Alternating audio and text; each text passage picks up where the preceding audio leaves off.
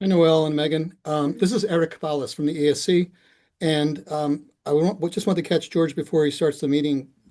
I have a few comments that I'd like to make from an ESC perspective on the mower topic when it comes up, unless George needs me to do that at public input. My preference is to do it when the mower topic comes up, but I just want to let the two of you know before the meeting starts.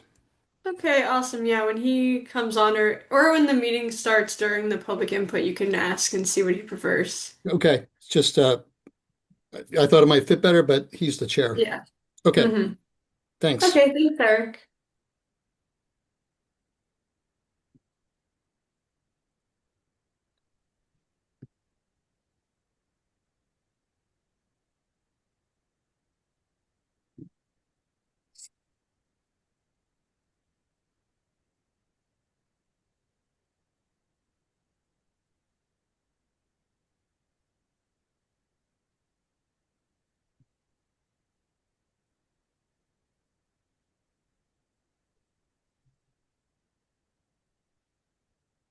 Hi, Brian. Hi, how are you? Good, how are you? Good.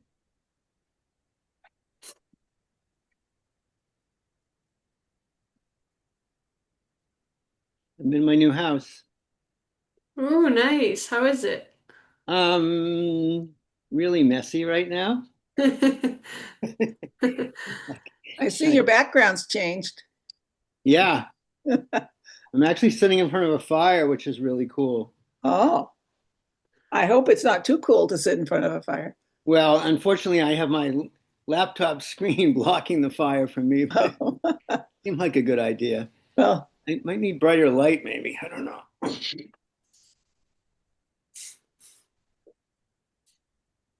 Hey, George, this is Eric Ballas from ESC.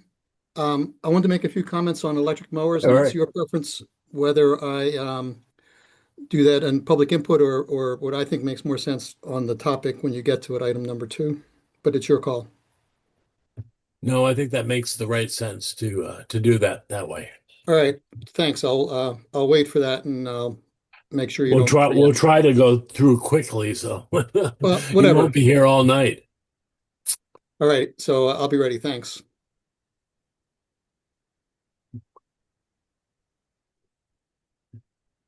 If we bring another light, I'm kind of in the dark.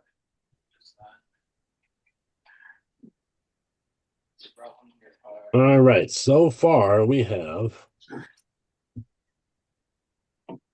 a quorum, four people. We've got Brian, Sylvia, one, two, no, only three. Sorry. Melissa, Hey, Melissa, welcome. George, I'll have video up in a second.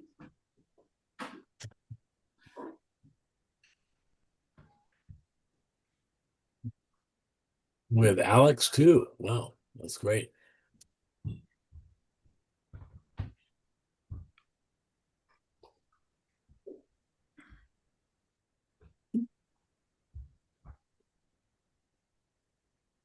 So, Noel, who else was claiming to be here tonight? I don't think I I heard think from Dan. I think Dan said he would be, but Navneet and Nick said he won't be. Right. Navneet said maybe later, I think, but Dan said he should be here. yes. Okay. Um, but you do have a quorum, so you can start whenever and they can, if they log on, they can join They can us. catch up. Okay. So I'm George Shepard, Chair of the Conservation Commission, and I call this meeting of the Conservation Commission to order. Members present remotely include I have to check my list. Brian Murphy, Melissa Webster, Sylvia Willard, and myself, George Shepard. So we have a And quorum. Dan is joining right now. He just Oh, joined, there we just so go. you know. Thank you. It's here too. Hey, Dan. Good evening, George. Good evening. So remotely connected are the conservation administrator, which is Megan Sullivan, and conservation agent, I believe is your title, is Noel Beeland. Did I get that right? Um, no, it's planning, planning and land use coordinator. Okay, thank you. I will correct that next time. For this meeting, the Conservation Commission is convening by telephone or Zoom web conference, as posted on the town's website, identifying how the public may join in. Please note that this meeting is being recorded. Accordingly, please be aware that participants may be able to hear you, and anything that you broadcast may be captured by the recording. And be aware too, we're using AI to document all of the participants. All participants should keep their phones or microphones muted unless recognized by me. I will call on each speaker to address the commission. If you wish to address the commission, please click on the raised hand icon or ask to speak by posting a request in the chat feature. Please identify yourself at the start of your remarks. All right. Turning to the agenda. Let's see, 7:05. Oh, we're ready to go. Public hearing, abbreviated notice of resource area delineation. This is DEP 125-1209. It's on 80 Westford Street, parcel 21-1-0. The applicant is the town of Carlisle. And the description is confirmation of bordering vegetated wetlands and inland bank of an intermittent stream at the Carlisle Fire Station. So I believe, looking at the agenda with red notes, Megan, that this filing has been withdrawn. Is that correct? Yes, that is correct. The applicant, which in this case is the town, withdrew the filing. There was kind of a rush to get all the permitting done, so they submitted the ANRAD before the notice of intent in hopes of being able to confirm the delineation if the weather allowed. Obviously, we all know that the weather this winter did not allow for that. Yes. So now that they filed the notice of intent, which is the next agenda item, they've chosen to withdraw the ANRAD so that it's not kind of a duplication of effort. All right. And So question for the applicant, just to confirm, did you all let Mass DEP know as well? No, we were actually planning on reaching out to you after this hearing just to make sure that we didn't duplicate efforts. We were actually confirming that we haven't received any notification so on their end, so it's clear that you also haven't reached out, so we will take the lead on that and copy you. Okay. Okay, awesome. Thank you. all right, we have a minute and a half left before the next item. So looking down further, maybe we can do the new and pending business. That won't work out. Where are the bills? They're at the end. I know. We should probably put them at the beginning next time. Minutes, updates, logs, pay bills, $2,237.50. This is for Yes. invasive species management at Voss, Tooley, and Woodward between September and December of 2025. This is paid from the LSC repair and maintenance budget. That Is is there anything you correct. want to add, Megan? No, I don't have anything to add on that. So can I get a motion to approve the bills? Do you want me to summarize the MACC one as well quickly so you can approve them together? Sure, that'd be great. We can do both at one time. Sure. So the MACC bill is for $610 and it's for the annual conference, which is actually this Saturday. So Sylvia and Melissa and Alex Para are all attending. And so the total is $610. The reason why the price for Alex is different than it is for Sylvia and Melissa is because every year the Conservation Commission pays annual dues so that all of the Conservation Commissioners can be members of MACC. So because Sylvia and Melissa are members, they get a cheaper price. Because Alex is not a member, he gets a more expensive price. But this is all going to be covered under the general fund education and training line item. So, Thank you. and I'll also be at the conference too. It's going to be very fun. Well, it's a great conference. I've only been once, and I was hoping to make this one, but it doesn't fit with my schedule. But I highly recommend it to all the conservation commissioners to partake, take some of the courses that are available in the general discussion. So with that, can I get a motion to approve the both bills? So moved. Second, I'll anyone? seconded by Wells. Thank you, Dan. We'll take a roll call vote. So, Brian, Aye. Melissa, Aye. Dan, Aye. Sylvia, Aye. and the chair votes aye. The motion passes. All right, going back to page 1 of my agenda. It is now 7:11. So we have a notification of intent for DEP 125-1210. This is 80 West First Street parcel. Same as before, 21-1-0. This is the town of Carlisle renovation of the existing fire station building, addition, site improvements, including parking lots, sidewalks, stormwater infrastructure, utilities, and landscaping within the 100-foot buffer zone to inland bank and bordering wetlands, vegetated wetlands. Do you want to Yes. summarize what you put in there, Megan? So I think we have the applicant here, so why don't we have them present first for everyone, and then if you want, I can give some comments after that. That'd be great. Representative. And the applicant is Can you guys hear me? muted. I think I'm in now. Okay. Hello.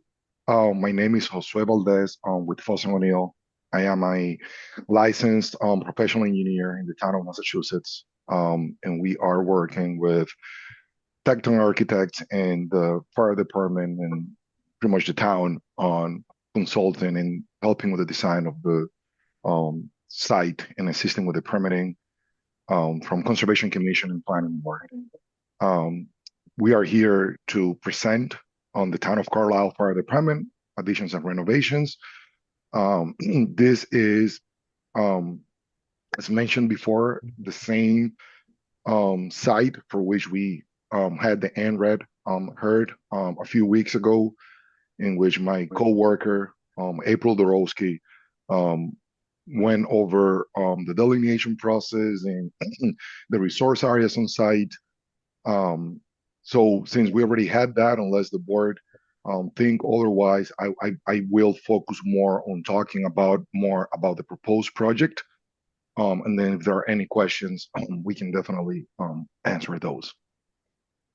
Can I share my screen? Let's see if I can take control. Can you see my screen? Yep. So as mentioned before, we are presenting on the Town of Carlisle Fire Department additions and alterations. I would like to start with a few renders to show give a visual idea of the scope of the project. This view is pretty much from the east of the site. If you were to enter the site through the existing driveway, you will be standing kind of where the firefighter is. Looking left, then you see your existing fire station building, which is the one with the bricks here, and then the lighter color building on the back will be the proposed addition. Going to the next slide, this will be coming in from the opposite driveway, from the west driveway. Similar situation in which right in front we can see the brick building, which is the existing building to be renovated, and then on the rear portion we can see kind of the new addition to the building. And then this next slide is as if you were standing on the back of the site, pretty much. Think about where the antenna is on the back. We just didn't really model the antenna in the render. That's why you can't see it. But this is pretty much all the new addition. And if you look at the right side, right in between the addition and the fire truck, you can see a little bit of the existing station to be renovated. So that's kind of like a quick visualization of kind of the size of the building.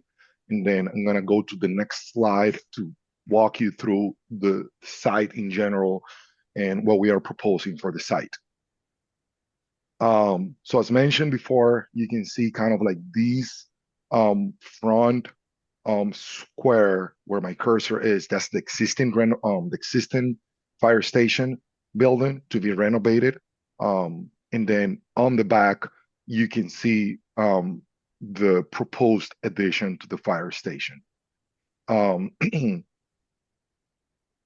Here along Westford Street, you can see the two existing driveway access or curb cuts to remain. We are not proposing any changes to any of those. And then from there on, we propose pretty much a drive that loops around the entire site, providing access as we go to parking areas on the right and left side here, additional parking. And then as we loop around, we have additional parking areas. We have, then as we keep going, on the left here, before we leave on the access drive, we have an outbuilding only to be used for pretty much, it's like a storage and so on, repairs and maintenance. In general, the existing building will still have the apparatus base inside for fire trucks and emergency vehicles. We are also proposing new apparatus base on the new building, on the right side of the new building, for emergency vehicles responses. Overall, the main entrance will now be on the new building located on the left side here, near where you see the accessible spaces being proposed. And then that will be the main entrance right where my cursor is. So that will be kind of like, from a side perspective, it's, a driveway looping around the side with proposed parking spaces. Then we have the new building that will have the main entrance with accessible spaces right next to it. And then outbuilding that it's acting as an accessory building to the existing building to remain and the proposed addition. The reason that we are here today is because, as you can see, there is a wetland bordering the site, and we are proposing work within the 100-foot buffer of the wetland, which triggers Conservation Commission jurisdiction, which is why we have submitted this NOI to the board. Overall, there is we are proposing work within the 100-foot buffer of a bank and bordering vegetated wetland. This dashed line that you see in the middle of the building here is the 100-foot buffer. So as you can see, a good portion of the site, it's within that buffer. I want to emphasize that under existing conditions, most or a good portion of the development, it's already there. Under proposed conditions, we are increasing the amount of impervious areas on site. And at the same time, we are proposing BMPs that will collect and treat runoff on site before we discharge to the wetland on the left side. Under these BMPs and the proposed stormwater system, we are improving when comparing to existing conditions. Since right now, under existing conditions, most of the existing parking lot and building runoff, it's being directed to the wetlands. Furthermore, the existing oil water separator coming from the existing building to remain, it's actually piped into the wetland as is. So all of that on the proposed condition will be removed. no untreated discharges will be directed to the wetland. And all required pre-treatment and treatment to the runoff will be provided before discharging to the wetland, in which is our professional opinion that it will be a significant improvement when compared to existing conditions. So that's our quick overview of the project, and I will now refer to the board to see if they have any questions or comments, or the public. So Megan, do you want to start with a comment and then we'll open it up to the rest of the commissioners? Yeah, sure. I guess one thing I'll note, Josue, maybe it would be helpful if you pulled up the memo that I had Okay. sent you with a few questions. I think like maybe half of them are just like slight changes to the plan that don't really impact anything from a wetland standpoint. But maybe if you just run through some of those questions in your responses first, then the commission can ask some questions from there. So there's no Yeah. duplication. Sure. Thank you, Thank you. Megan. So I will share my screen again, and I want to thank Megan for sending this memorandum to us with enough time so we can review it and make sure that we had a approach moving forward and a plan. So this is the memorandum. I will, as Megan suggested, just go through each of the comments here, and these are our kind of draft responses. Before we resubmit, we will put together a official response to comments. For now, we just wanted to make sure that we were able to sit in front of the board and be able to say that we have no concerns in our ability to address all the comments that we have received from Megan. So the first comment about wetland flagging, that was just a typo, in which there are two wetland flags named 101. They just need to be named. One of them will be 102. That change will be made on the plans. The same with the scale. There was a little typo on the 1 foot equals 2 inches instead of the 1 inches equal 20 feet. Adding the square footage to the proposed fire station building, that will be added to the plans. The illicit discharge compliance statement needs to be signed by the applicant. We will make sure that that's signed. So we included the letter on the application, but it was not signed. The abutters notification form from the NOI, we have notified the abutters, and we have all of that to be provided. So we will be providing the form signed and any required confirmation that the abutters have been notified. The question about what's the shortest distance between the limit of the project and the wetland, to give a little bit of perspective, that question is about this portion here, which is the closest area that we're proposing any work to the existing wetland, and that's about 8 feet. And I do want to point out that you can probably tell here, this gray line on the back is the actual existing pavement. So even though that's the closest proposed area of work to the wetland, we are still pulling back the pavement farther away from the wetland in that area. So going back to the comments,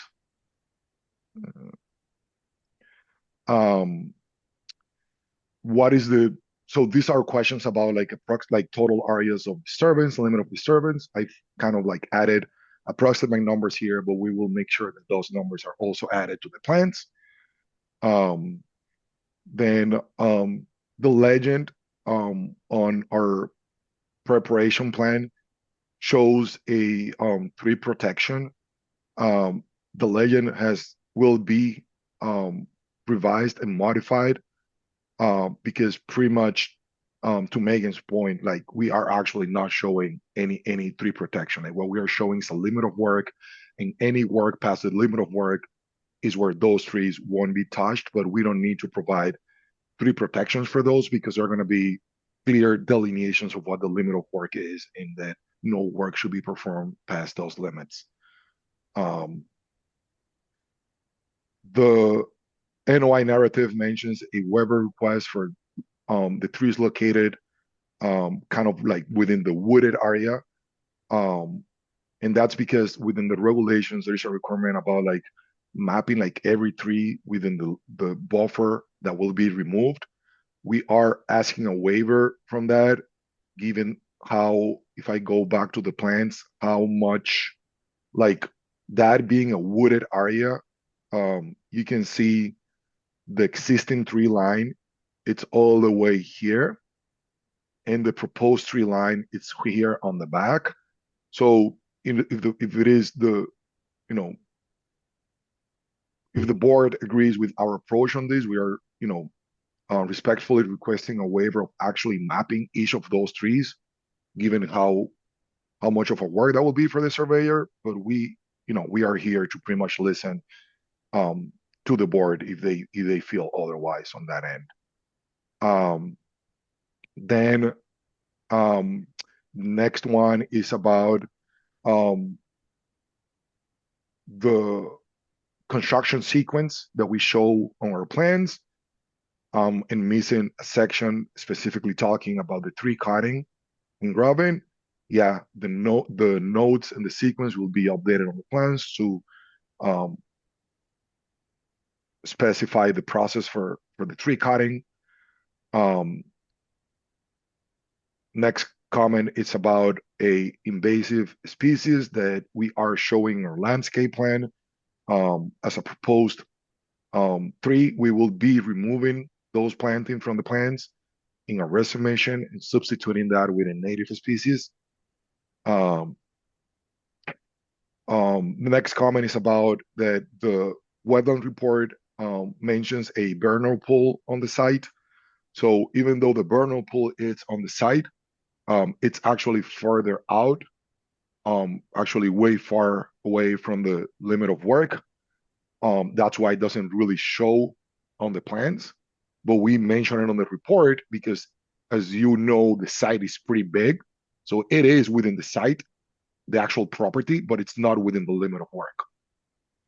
And we are not proposing any infiltration BMPs within 100 foot of the vernal pool. Next comment is about the conservation requiring double road of sediment controls barrier along the proposed well work. We will update the plans for that. As it currently stands, we already show double controls along the entire limit of work because we are conscious of the resource area that we have on the wetland right there. So therefore, we already have double controls along the entire perimeter, but we will also add the double controls along the proposed well.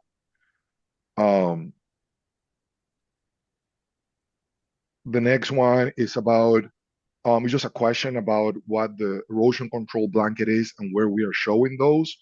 And yeah, Megan was correct on that. That hatch is what the slope protection is. And just to give a little bit of perspective to the board, that's this one. This is our erosion sediment control plan. And this kind of gray hatch is erosion, pretty much a slope control blanket that we propose when we have steeper slopes than equal or more than 3:1, just to make sure that that holds in place and it's not eroded through time and the grass holds, for a long period of time. Then the last comment, it's about runoff. How is the runoff from the roof being directed to the systems? It will actually be directed to a series of interior roof drains, and there will be some roof leaders for specific canopies areas, but for the most part, it's going to be interior roof drains that are going to be directed underground through underground piping to the proposed BMPs. So those are the comments that we got from Megan. Now, Megan, and I'll defer to Megan and the board now to, say if they have any further questions or any specifics they will want to go over. Yeah, I'll pass it on to the board. Those are all the comments I had. Good catch. So, sorry, go ahead, Brian. So Megan did a good catch, especially like in let's plant invasives. I just wanted to appreciate what's. Brian, come on. My only question really about the site is there going to be enough parking? You know, because right now they could park tons of vehicles and cars there because the building is smaller. But I was trying to count up before. Do you have like 21 parking spaces? So yeah, so under existing conditions, technically, I believe there is no actual, as you said, that the site is like there's enough paved areas that people can park. However, there are not designated specific parking spaces. There is no striping. Um, but yes, under proposed conditions, we've worked to maximize the amount of parking that we have, and we will, like, even if you were to try to delineate parking spaces under existing conditions, under proposed conditions, we are showing a larger amount of parking spaces. It's just that we can't really quantify the number of how much more, just because under existing conditions, there is really no pavement marking for the parking. But we are showing under proposed condition a total of 31 parking spaces. Can you put that back up again? Because I'm Yes, just not good at counting, but sorry. I didn't see that many.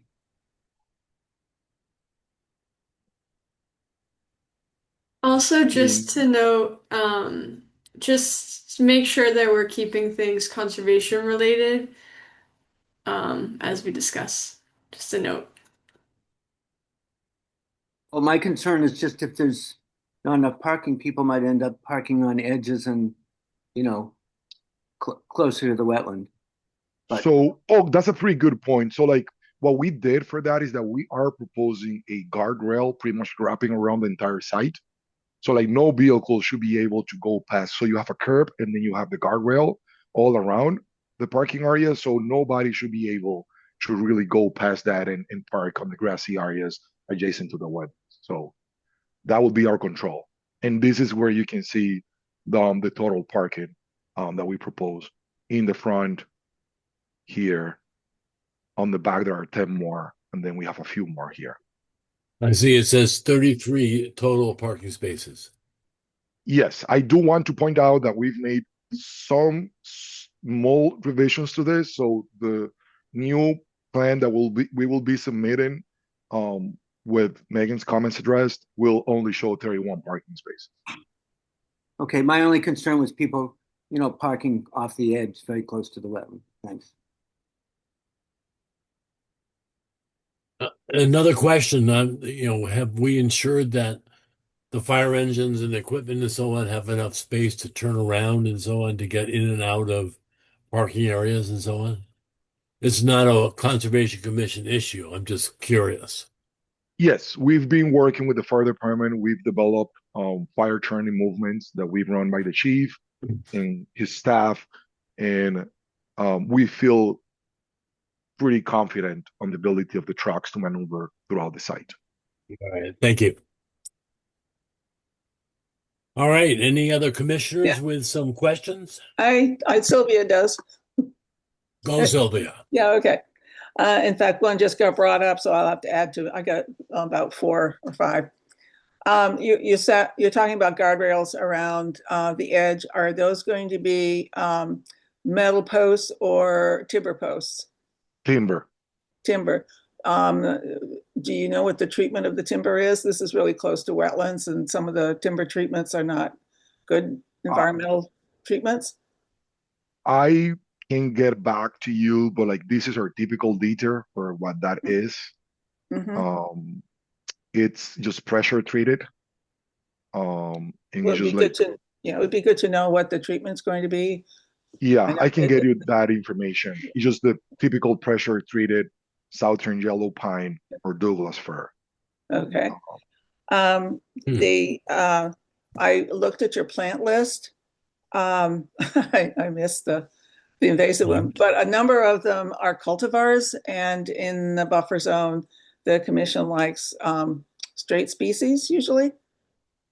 And I noticed a number of them were cultivars, so you might want to take a look at that. You, you mentioned a construction Mhm. entrance.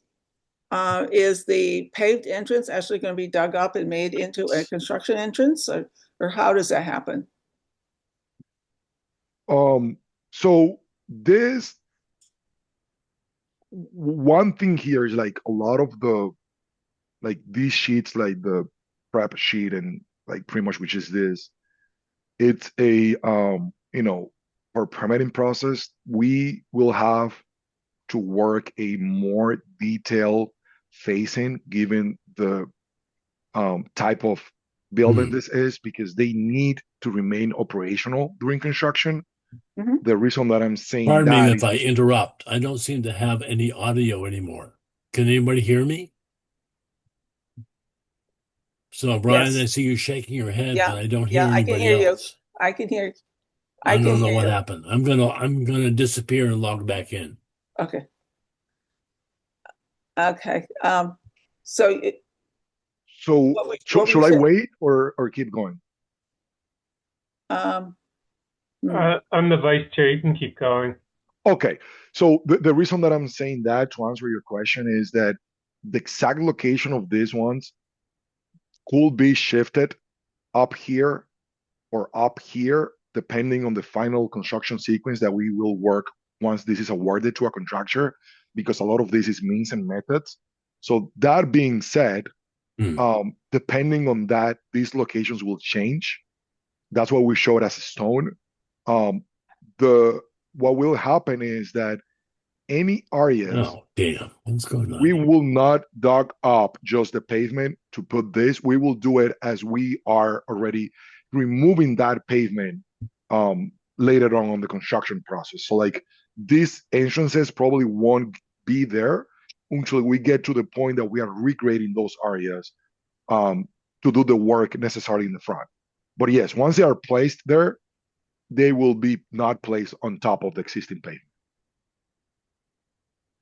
Okay. Another question I had was with reference to your erosion control. I see you're planning to use compost silt socks, 1 foot in diameter, staked 10 feet apart. Yes. You're really close to wetlands, and it might be good to stake them a little closer than 10 feet. But are they being backed up by filter fabric, or are they just laying? I could see It's that a you're using filter fabric, and I could see that you're using the silt socks, but I couldn't see the diagram of them both together. Okay, yeah, no, yeah, we didn't have a diagram there. So it is pretty much, you are What's correct. It's going going to on? be the composed filter sock, which is this one. And then on the back is going to be backed by the silt fence. So it's So double controls. I'm used to seeing them both together. So I'm going, Yeah. I'm not So detailed. yeah, to give you perspective, yeah, think about that. Your composed filter sock will be here. Correct. Good. And Okay. then you have the silt fence. So, and my big question, snow. Where are you going to stockpile snow? Hmm. So we have a within our stormwater report, and just let me open it. Um, we have a map showing snow storage. Just bear with me for a second as I. Well, I did a search trying to find the word snow in your stormwater report, and there was just one. Only one comment popped up. So I look at that site, and for the life of me, when you consider you got a septic system that's not showing here on this particular plan, over off Well, to the left there, I guess, where are you going to put the snow? Like what we've got now? so the snow, like the way the snow will be managed on site won't really change a lot from what they're doing right now. Oh, I bet.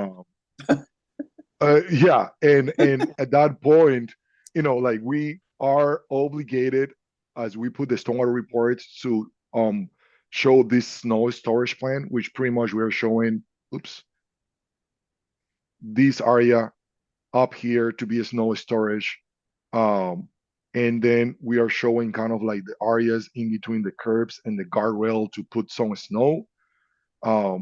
However, um, as you know, I think these will be a lot of a this is a lot of like means and methods, and depending on the snow you get and who is cleaning the site, I don't know if it is DPW or who, like they're gonna have the ultimate say on how they are doing it. What we do for our purpose is that we show it in areas that we know is not gonna be interfering with proposed landscaping or proposed site features. Well, I guess In- I was concerned about interfering with the wetlands. And actually, you've got a well up there too. I don't know about, Yeah, so so all of that you're saying, so like this figure was just to show kind of where we are showing the snow storage, which is this dark thick line that you see there, mm, like this one, like a big probably mound here on the front. Um, Again, there is an ability to also put here, this is the front of your building, which is why we're not showing on this figure. And then it's pretty much like wrapping all around, like here on the back. Also, we show more snow storage. What will happen, and we can show this if the board wants, is that sometimes we can also determine like that certain parking spaces will be used for larger storage as, additional snow storage. When you get like huge storms like right now that you don't know where to put the snow, we could also show, certain parking areas as being used for snow storage. At the end, ultimately, it's going to be the decision of whoever is cleaning it, where to put it. And I think our main thing here is that we know that the town doesn't use salt. So I think that's pretty good, especially as you talk about wetlands. But this is, to answer your question, this is our figure that is within this stormwater report showing where we are proposing snow storage, at least, from a design standpoint. would this be adequate for snow like what we've been getting this winter?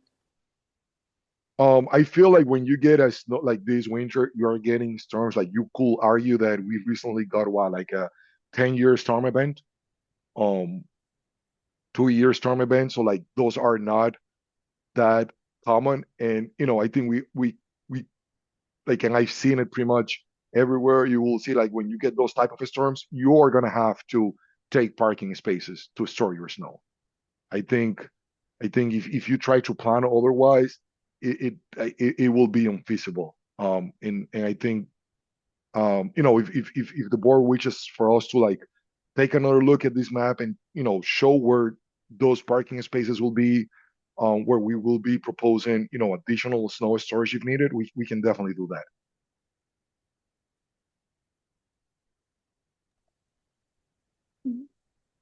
Okay, thank you, Sylvia. Any other questions?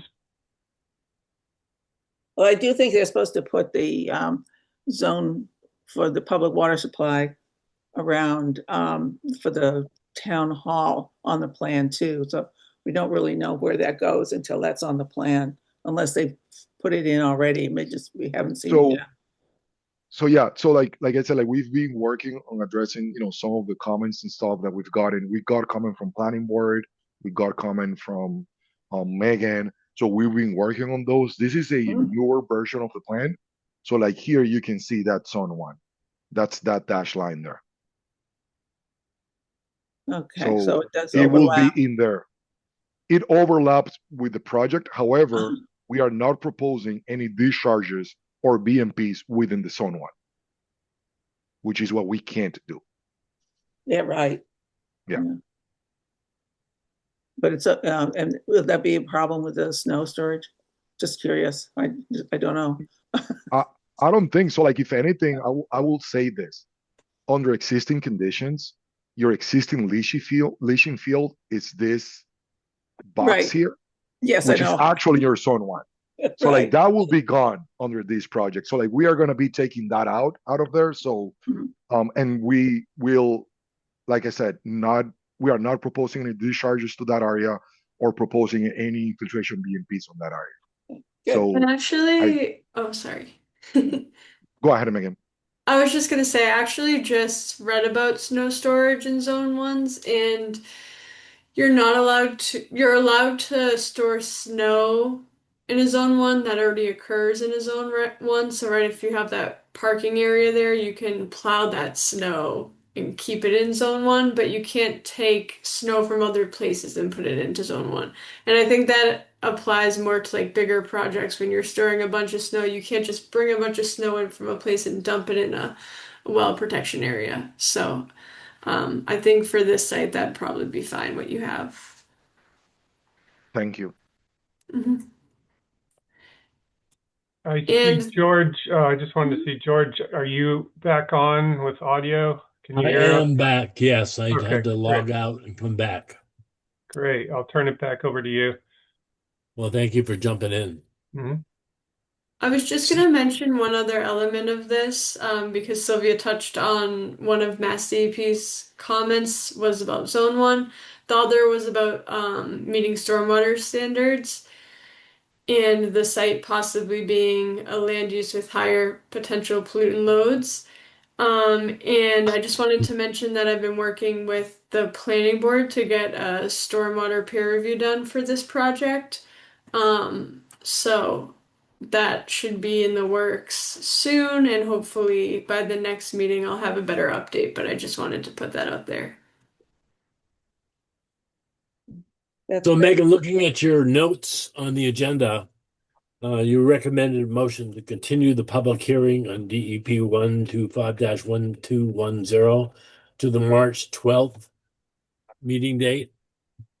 Does that still George, make? George, I just want to chime in. There is a chat, someone from the public, while you were Okay. off, so we might want to take a look at that. Okay. Yay.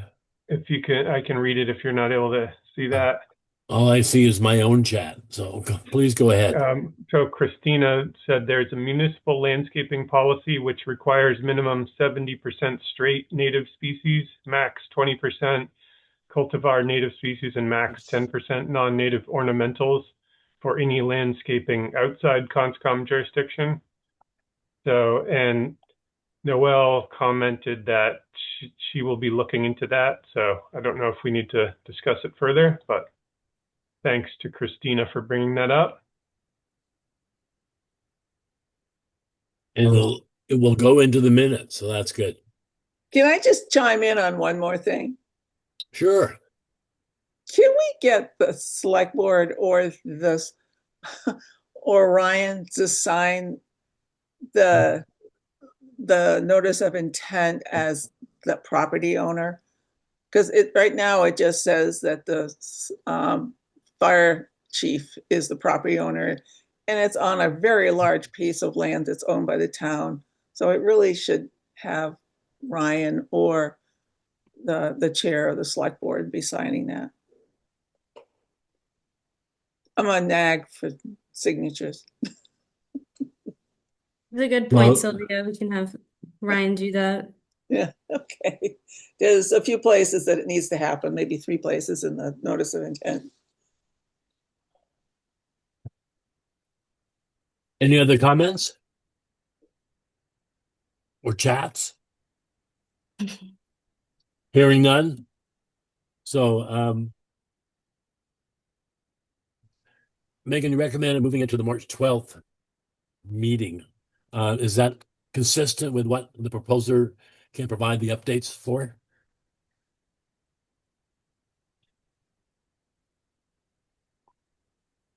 I don't want to answer for them, but I think they're on the fast track here, so I think they probably want to get on the next agenda item. I mean, the next Yeah. agenda. Yeah, for sure. We definitely want to be on the next agenda. The project, it's going out to bid now, like third week of March. So we definitely will be there.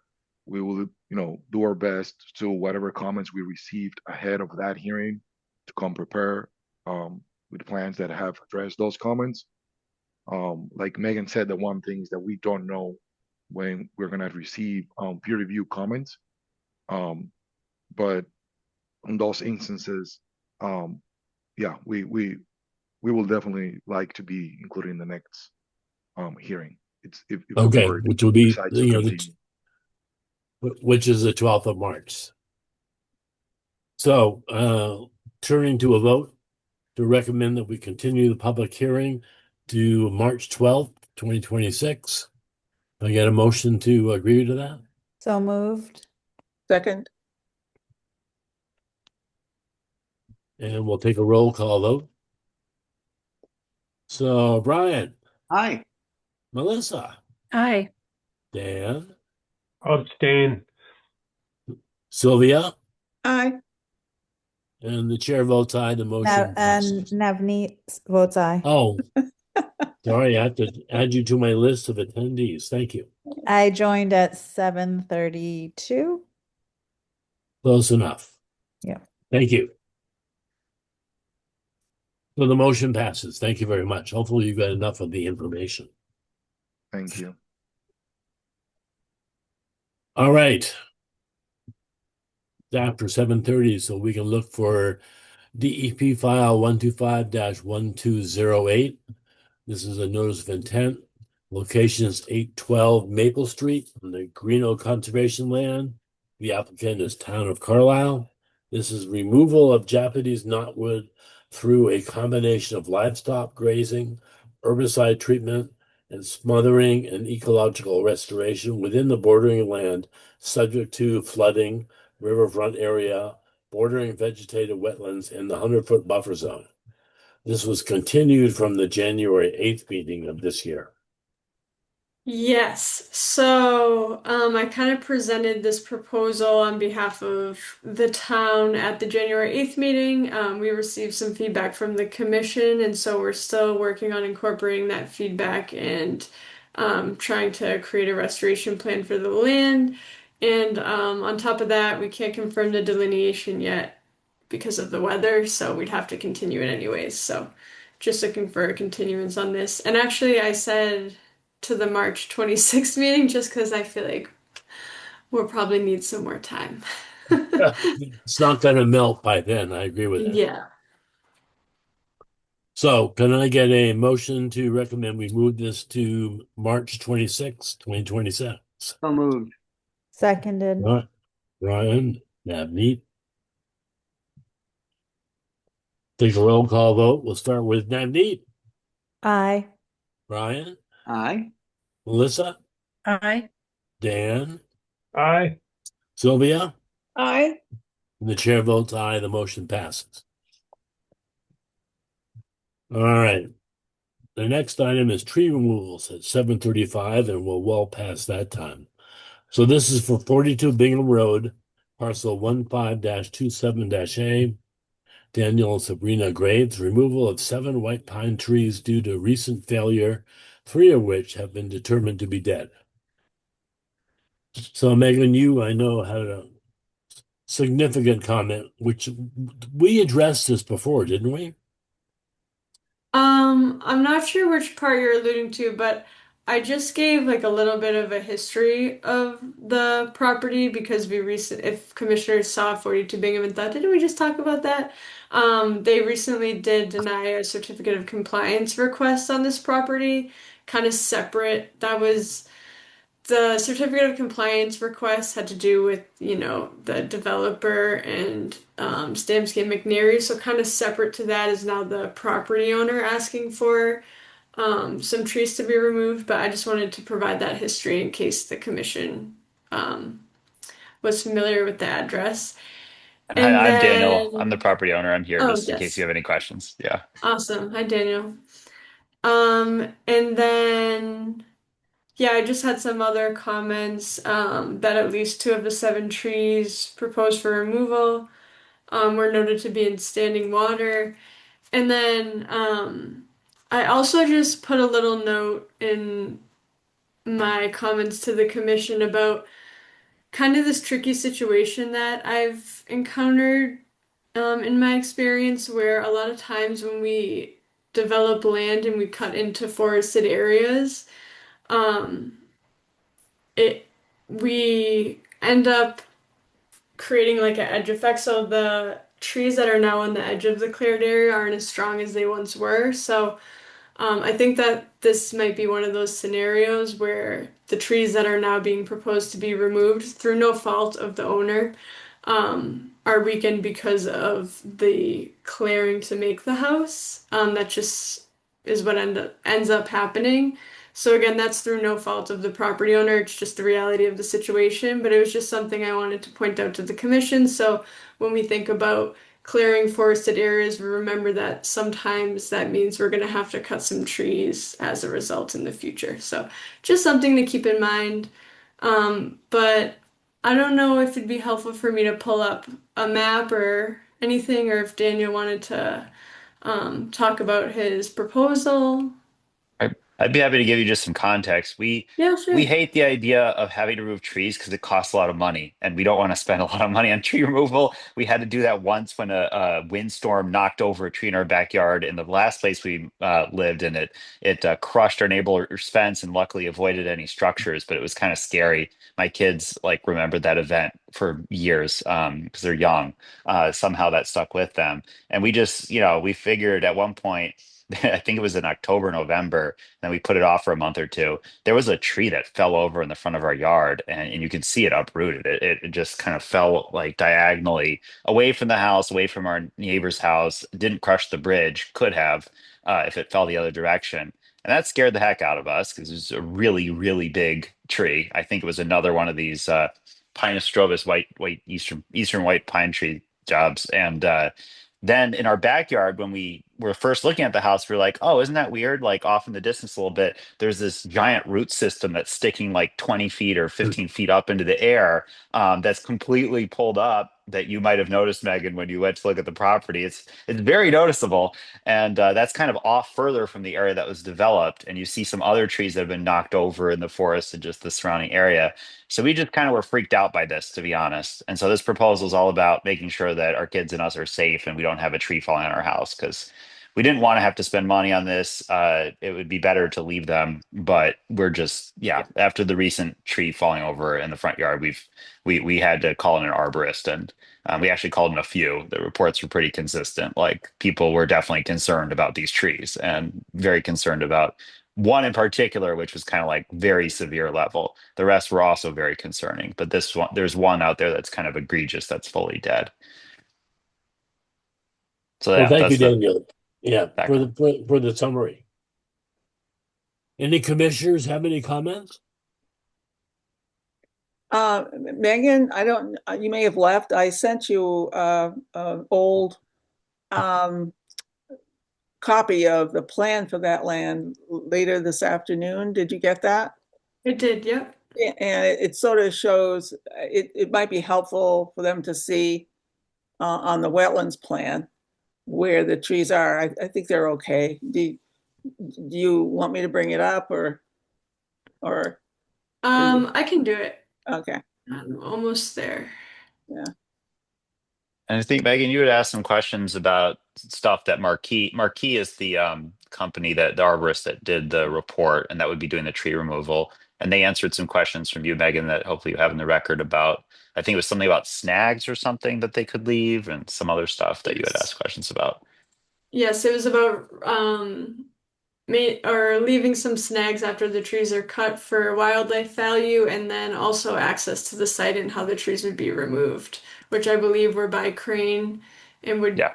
they'd Stay on the driveway. use access, yeah, on the driveway.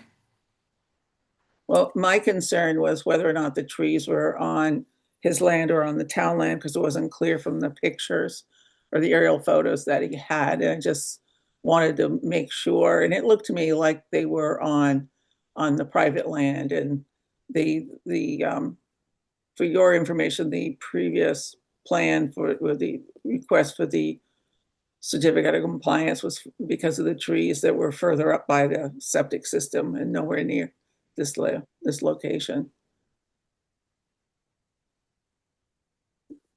Megan, To the right, can you point out where the trees are on this map? I'm having trouble orienting with the picture to this. Yes, so I believe there's two down here. Let's say one like in this area and one somewhere over here. Daniel, correct me if Yeah, I'm. no, that's the like medium-sized one that has like a lot of woodpecker decay that Yeah. looks like it's gonna Hmm. fall and take out the power lines at some point in the next year or two. Yeah. And then the one to the side is the one leaning over the house. It's a little concerning. Yeah. And So then there's then the the really scary other, ones on the other side. Yeah.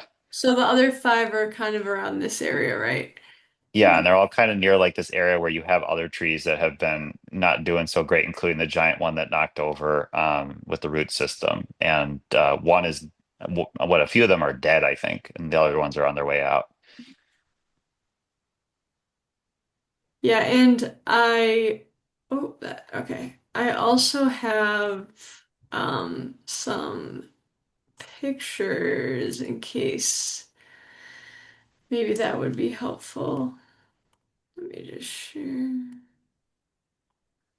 Okay. So, it's kind of hard to look at pictures without the context of being here. But this is the one along the driveway with the woodpecker holes that he's referencing. Affiliated. Yeah, I know, pretty impressive stuff. Yeah, how did they do that? Like that's it was insane. Yeah, it's pretty incredible, honestly. Like, is that Um, normal for woodpeckers, or did we just get some really aggressive woodpeckers?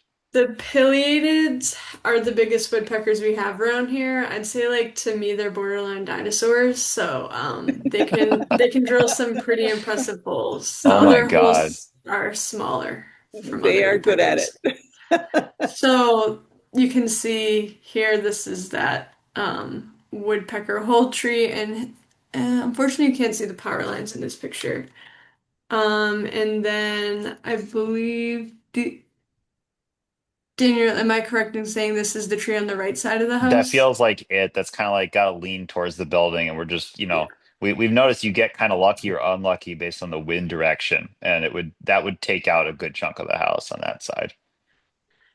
And then this is behind the house, and that might be Oh yeah, the root ball that you're referring to. And then I think this is the dead tree kind of in the middle of the yeah. screen. That's the super duper scary one. Yeah. And then this is standing at the front of the house, looking at the left side of the house. So, on the right side is that dead tree you just saw at a different angle. And then the other four are kind of in this other stand. Maybe to the right. I think aren't they kind of? Oh, yeah, not that way. Let's see on the other Not this. picture. The ones that look like all the way on the right side of the picture that are kind of pooching out up atop above the house. I Okay. think that Right. could be So maybe them. you can see them better here. Yes, those are it. They're relatively close to the house, and I think a good 30 to 50 feet of it would crush into the house if those dying trees there tipped over. And you can see these smaller young trees are the trees that I believe were planted in accordance with the order of conditions that we were referring to earlier. Those are also interesting, like you can't see in the picture because of all the snow, but they're up a lot further, like the elevation on those versus those ones Hmm. that have their root system going into like the water.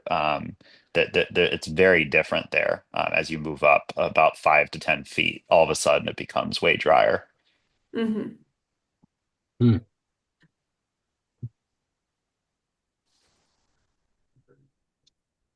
So Megan, well, let me open this up. Anyone else in the public like to make a comment? Uh, Megan, do you have your near map video handy? I have it. I can share it if you don't, but I wanted to point that out. Not your video, I have your the ortho. screenshots, yes. Yeah, if you can put that up. So this is like generally the location, but these, the points might be kind of off. But I have a few different angles of the site so you can kind of see the wooded area relative to the home. Yeah, that's very helpful. I guess my thinking is well, I know there wasn't any mitigation offered, but looking at that view, those trees on the left, it seems like that's going to be a very sunny area, especially with those fewer trees, and any kind of native shrubs might do well if you would be willing No, to plant a few. these aren't. I don't think these on the left side are accurate. I think the three closest Yeah. dots should be for. right back. Yeah, they're like in the back of the house. Yeah. Not the Okay. front. They're not in the front. They're like, yeah, back there in that cluster So that's it's near. closer to the stream and closer to that where you have some plantings already Yes, back it's there. like right So, behind, right in that area. There's kind of a cluster. I believe that's what Marquis was pointing at. Unfortunately, they put it on their little map with the dots that we sent you guys, that you could probably pull up. I think they marked it a little differently, if I'm not mistaken. You can kind of Yeah, see it better. It's like directly to the side of the house, so I think a couple might be right. The front two there, I don't think are right. I think those should be kind of slid all the way to the back, basically. yeah, the map that was submitted was kind of hard for me to follow. Yeah, sorry. So Like that I might couldn't be find why a there good was map. this is the map that they submitted, so I did my best to replicate where their dots were. hmm. When I went in the field, I thought, some of these might be different. But that's why it might not match up. Well, I But guess my point is to be consistent with other, people in town who've requested this. We like to have some kind of mitigation, and if you'd be willing to plant some, if you don't want trees, some native shrubs back in there. But it seems like it would get a lot of sunlight, and it's very close to the stream and wetland, so that would be a good trade-off of giving some more diversity of the plant. It can be shrubs, so you don't. But anyway, that's what I would ask you consider. And in terms of the totem or the snag, maybe that if that pileated woodpecker, obviously they like that tree a lot. So if you could give them half of it, to keep doing their thing. There's a lot of ants and termites or whatever they're eating. But some things to consider. Yeah, I mean, I don't know anything about this, but like, do you usually have to plant replacement stuff to remove a tree that's like dead or that's threatening the house, or is that, yeah? It's kind of a discretion from the commission. So it's, yeah, certainly hazard trees, they have to go. So some of these, I guess, seems like all of these may be that case. So Yes. I don't I mean, know. again, we hate removing trees because it costs money and they're pretty, but like we also just don't want. We have three little guys, and so we just want to get rid of the ones that are going to threaten to knock our house down or hurt somebody. But yeah, the snags are like thumbs up. Like it may look ugly, we don't care. It's like good for wildlife. Sounds good to us. Just as long as it's whatever the snag is. I forget how many feet Marquis said, but you definitely don't want to leave something that's tall enough still to knock out the power line in the front with the woodpecker tree. I'd be a little worried about that one. Sure. yeah, we usually say about like 12 feet or so. Yeah, no, that would be totally fine on all these because the 12 feet isn't going to threaten anything. Yeah, I don't even think it would fall into the area where the kids play. No, that would 12 feet's totally fine in all I mean, these if you cases. wanted to keep it higher, that's fine by me. But yeah, I think 12 feet is reasonable and typically Well, what we ask. what's optimal from like, I mean, we'll fine 12 feet we could say like the what's being asked of us, but like what would be good? Like 15, 20, 18, like Um, what's I mean, ideally, a dead tree naturally stays in place the like its regular height, like naturally, As right? is. well, So yeah, that would be ideal. well, yeah, not ideal That for would our be kids ideal. surviving, but yeah, Yes, good for but yeah. so when we have people come to us, I think we typically, and the commissioners can correct me if I'm wrong, I think like 10 to 12 feet is usually the typical height of Okay, what yeah. people think is reasonable. Okay, But like I Marquis, we'll said, make if sure you, Marquis does yeah, that. They said it was okay, good, didn't they, in the email, I think? Yeah, they yes. said they could do that. Megan, you mentioned in your comments that there are two that are within the wetlands. Which ones are those? Yes, I did mention that in my comments, and I reread the tree removal policy because I originally thought that it only allowed for removal of trees in the buffer zone, but when I reread it, I didn't find that. Um, so if they're in the wetland, it doesn't have make a difference in terms of the policy. Sylvia, is that correct? Well, especially if they're dead. Yeah, especially if they're dead. Yeah. We would, So we just certainly don't want trees falling on people's houses. yes. So, and I think in the past we've gone anywhere from 10 to 16 feet as far as, Okay. Sounds Very good. good. Yeah. and you might go by, the woodpecker holes you've got there. Yeah, actually, I think the woodpecker tree might be one of the ones. Let me see. In the list, it said, in response to your question, can 10 to 12 feet stumps remain for wildlife habitat? Marquis said yes, 1 to 5 can be left as snags. Those are the bigger ones, including some of the dead ones. However, 6 and 7, they said, need to be completely removed due to proximity to drive and house. So I think they were concerned about those two falling into the house or driveway, even as snags or something like that. So that I think was the concern on those two trees. Whatever 6 and 7 were on the map, they have it marked as a large pine tree, 27 foot, 97 feet, 27-inch diameter, 97 foot tall. That's the one that's leaning over the house. And then there's the one with the trunk decay. That's the kind of narrower tree. But yeah, I think they had said that those. We could talk to Marquis about that if it's possible and what they think. I could just push back gently and see if it's possible to do that. But yeah, I don't know. As you can tell, I don't know anything about trees. Well, it's Okay. time to learn. Come on. I know. Second time with the trees there. This time we're trying to get ahead of it falling on the house or buildings Good and idea. structures. All right.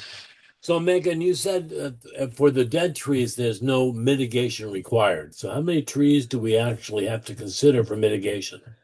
So, based on the site map they gave, it says 3 are dead. Oh, 1, 2, 3. 3 are dead. 1, which is the woodpecker one, has significant decay. And then 3 are alive.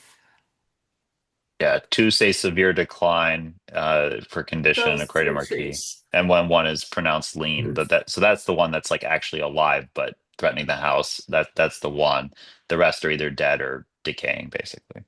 Right. Yeah, so 4 dead, Right, that's the basically primary one you 3 like to get still rid of. living. So if you wanted to provide mitigation for the 3, I'm happy to work with Daniel on shrubs if we don't want to put more tall trees in the area, but I'll leave that up to all of you guys. And we've got the list of plants on our website that are good to consider in the buffer zone. How do you go about doing shrubs? Like, is there a company you hire to do it? Can you go to Home Depot and find native shrubs? Like, how does it work usually? You won't find many at Home Depot. There's probably some local nurseries though but I think on our website we may even have some guidance as to some nurseries. But you can do it yourself. But yeah, there's Okay. So I can go grab a shovel, go to the local nursery, make sure it's a native plant, and talk to whoever about it, and we'd be happy to do that. Right, I'll and just send you the resources, like different nursery names and links and the native species list. to help you out. Fantastic. And have Megan show you the difference between a native plant and a cultivar. Yes, I can do that. that would be helpful. Again, you got ahead of my lack of knowledge. Good. so, Megan, how do we disposition this at the moment? Do we need to set a date So to look at a mitigation plan, or? So it's up to you if you want to make a vote to approve of. You can make a vote to approve of the tree removal, provided that mitigation is provided to me and that I approve it. Or you could wait to vote until you get the mitigation plan, but it's really up to you and what you're comfortable with. I'm happy to work offline and approve of a mitigation plan, but I just need to kind of be authorized for that. Well, I think that makes sense from my standpoint. And I turn to the commission. Is that all right? Yeah, I move to approve the tree removal at 42 Bingham Road with the comments brought up today regarding leaving snags where possible at 10 to 16 feet, and a mitigation plan that is discussed with Megan and approved by Megan. Second. Second. Yes, got it. All right, we can take a roll call vote. Sylvia, Aye. Dan, Aye. Melissa, Aye. Brian, Aye. Navneet, Aye. the chair votes aye, the motion passes. Thanks, guys. Thanks, Daniel. Big you. relief to get rid of these things. Thank you. Good. I I'll be bet in touch Monday with you was soon. interesting. Oh my God, I was looking out the window all night. I was like freaked out that that was going to take out half our house. So yeah, this will be good. Thanks, guys. Bye.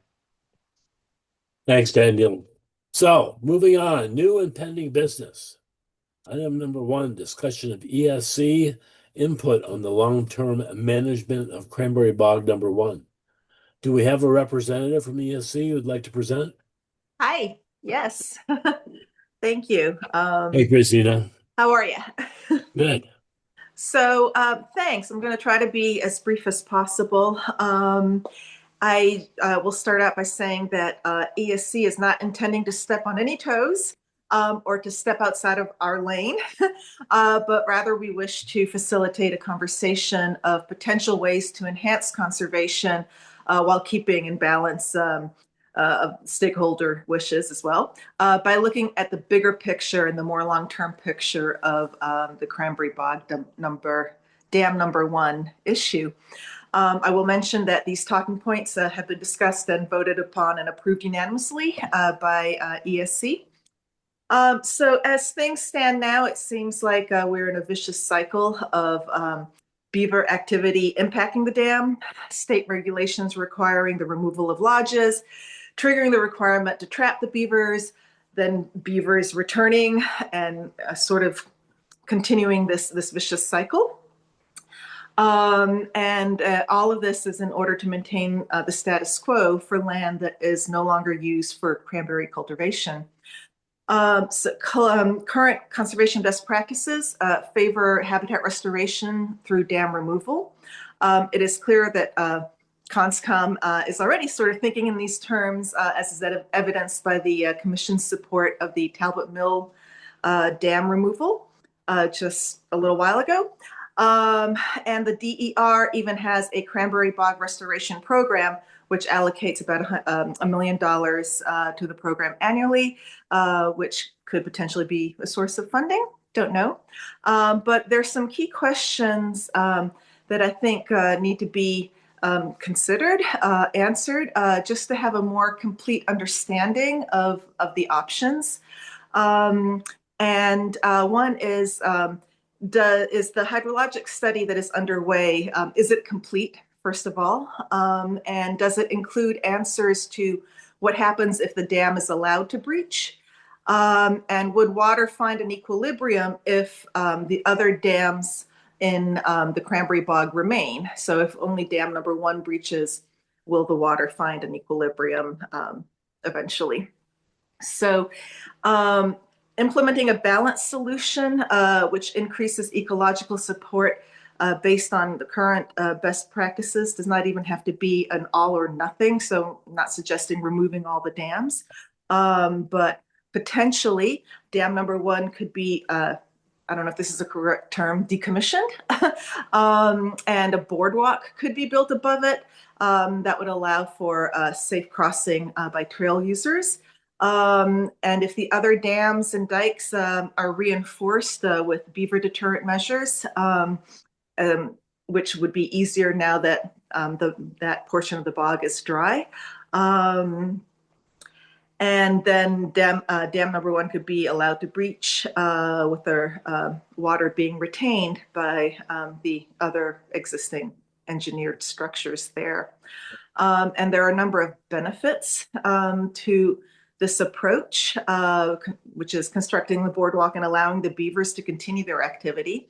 And this would probably be a much cheaper approach, both upfront and long-term through maintenance, with the maintenance of just the boardwalk. Even more important during this period of fiscal belt tightening and when funds are a little harder to come by. We would no longer be locked into a continual cycle against the forces of nature, that vicious cycle that I was describing before. Rather, we would be allowing nature to find its balance and ultimately being even better stewards of the land and probably saving money in the process. This could provide increased natural mitigation against climate change impacts, both for flooding and for drought. This could also provide enhanced support for biodiversity and vital ecosystems. It could provide educational and recreation opportunities to watch nature do what it's designed to do, with potentially increased birding and wildlife observation opportunities. This could retain the open vista, albeit perhaps a little altered. And this would retain trail access for walkers and joggers and cyclists and dog walkers, etc., including the connection that the dam number 1 provides currently. Obviously, there would be some small adjustments needed, perhaps for horseback riders, which might need to have a small detour around some of the other dikes to get from the point A to point B that the dam number 1 currently connects. And kayakers might be limited to 1 pond, but again, depending on the results of a hydrologic study, if the water balances out, then they could actually end up with even potentially more area to explore. And people would have to adjust to a slightly different visual of this very beloved property. And we're very aware that it's very beloved. But there are numerous examples of cranberry bog restoration projects and nature trails that embrace beaver activity. I can send a list, so don't take up the time right now. And again, this is more just to sort of provide another perspective of a consideration for long-term management, because it seems like just having this vicious cycle of dealing with the beavers as each lodge gets built does not seem particularly sustainable for the long run. So I do have it would be great to know if in fact the hydrologic study is complete and if there are answers to what happens if the dam is allowed to breach, because ESC doesn't know. So it is not complete yet. Thank you. We are actually, so we've kind of been not at a standstill, but a little bit, because Weston and Sampson has been asking for field data so they can calibrate their models with actual field data taken of water levels at the Cranberry Bog. I haven't received any data from any of our volunteers, so I think we're gonna just have to move on to the next phase, because if we don't, we're gonna, be at a standstill for a while. So I think we're gonna move forward to the next phase soon, and then after that, I think the results from the H&H study should come, in the next months. That's my estimate. But no, it's not finished yet, and to my knowledge, it also doesn't consider the hydrology of the area if there were no dam. I think it only considers the hydrology of the area as with the dam. Yeah, with the dam as it is. So I think from the ESC perspective, without that information, it seems kind of making a long-term decision. And I think spending all that money to repair the dam is sort of a long-term decision, especially if it entails continual issues to maintain that dam without having the complete picture of all the options. I don't know. I mean, it just seems like perhaps it might behoove everyone to have answers to the, complete picture of options. Well, clearly one of the big issues that I'm worried about is the threat of flooding, or what happens when the water gets very low during drought time periods. And people that border the property around the bog are very concerned about what's going to happen in those cases. And I must admit, I don't have enough information to make a reasonable assessment on what's possible. But I would think I will turn to Sylvia and say, Sylvia, what's your experience with this in the past? The biggest flood that I'm aware of occurred in around February, I believe it was around 2011. And there was flooding going on all over Carlisle. along the roads, whether it was near the town forest or near Tall Pines. In various places, there was flooding over roads. I went out to the Cranberry Bog, and there was a lot of water going under Curve Street. Excuse me, Cross Street. Curve Street, yes. I did not walk out onto the dikes, and I've been kicking myself ever since that I haven't. I did take some pictures. They're in now Megan's computer. I can show her where sometime. The bog itself had areas showing some water, some surface water, and other areas that at least the bog where I could see into it from Curve Street. It didn't look like a lake. It looked like a flood wetland, but it did not look like a lake. The breach that happened did not happen with that storm at all.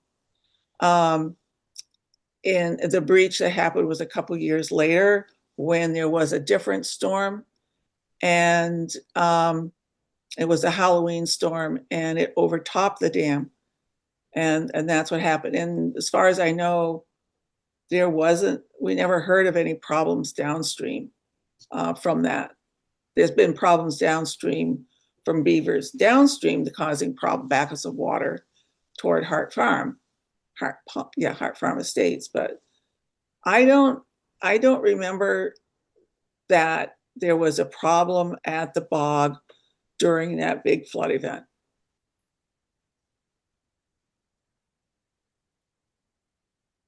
As I said, I wish I had walked out onto the dikes so I could kick myself, but I was driving all over town. I like to watch water working.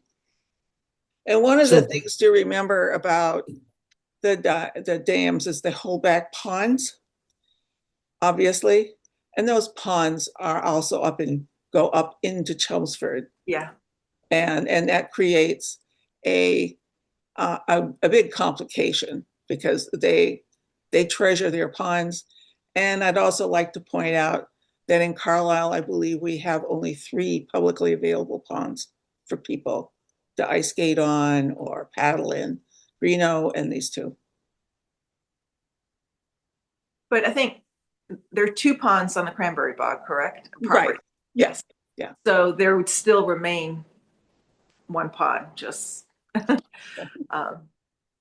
yeah. Again, it's just, I just wanted to sort of put it, or I should say, because it's coming from all of ESC, wanted to put this out there just as a further consideration, just to have a better understanding of, since we're gathering information right now about the hydrology, why don't we get a better understanding of what would happen if the dam was allowed to breach? And especially since that is heading in the direction of general, current conservation best practices. Okay. And I just want to point out, there was the Cranberry Bog Working Group many years ago, not that long ago, I guess, but that was kind of one of the first purposes considered was how do we restore this? And that was certainly considered. I think the cost, might have been the main reason, but it was very complicated just the way. But we even had one of the consultants, the top consultants who did the Tidmarsh one in Plymouth. Right. I even walked it. Maybe Sylvia was there too. Mm-hmm. So it's not like that wasn't thought of, but I think you all have a great point.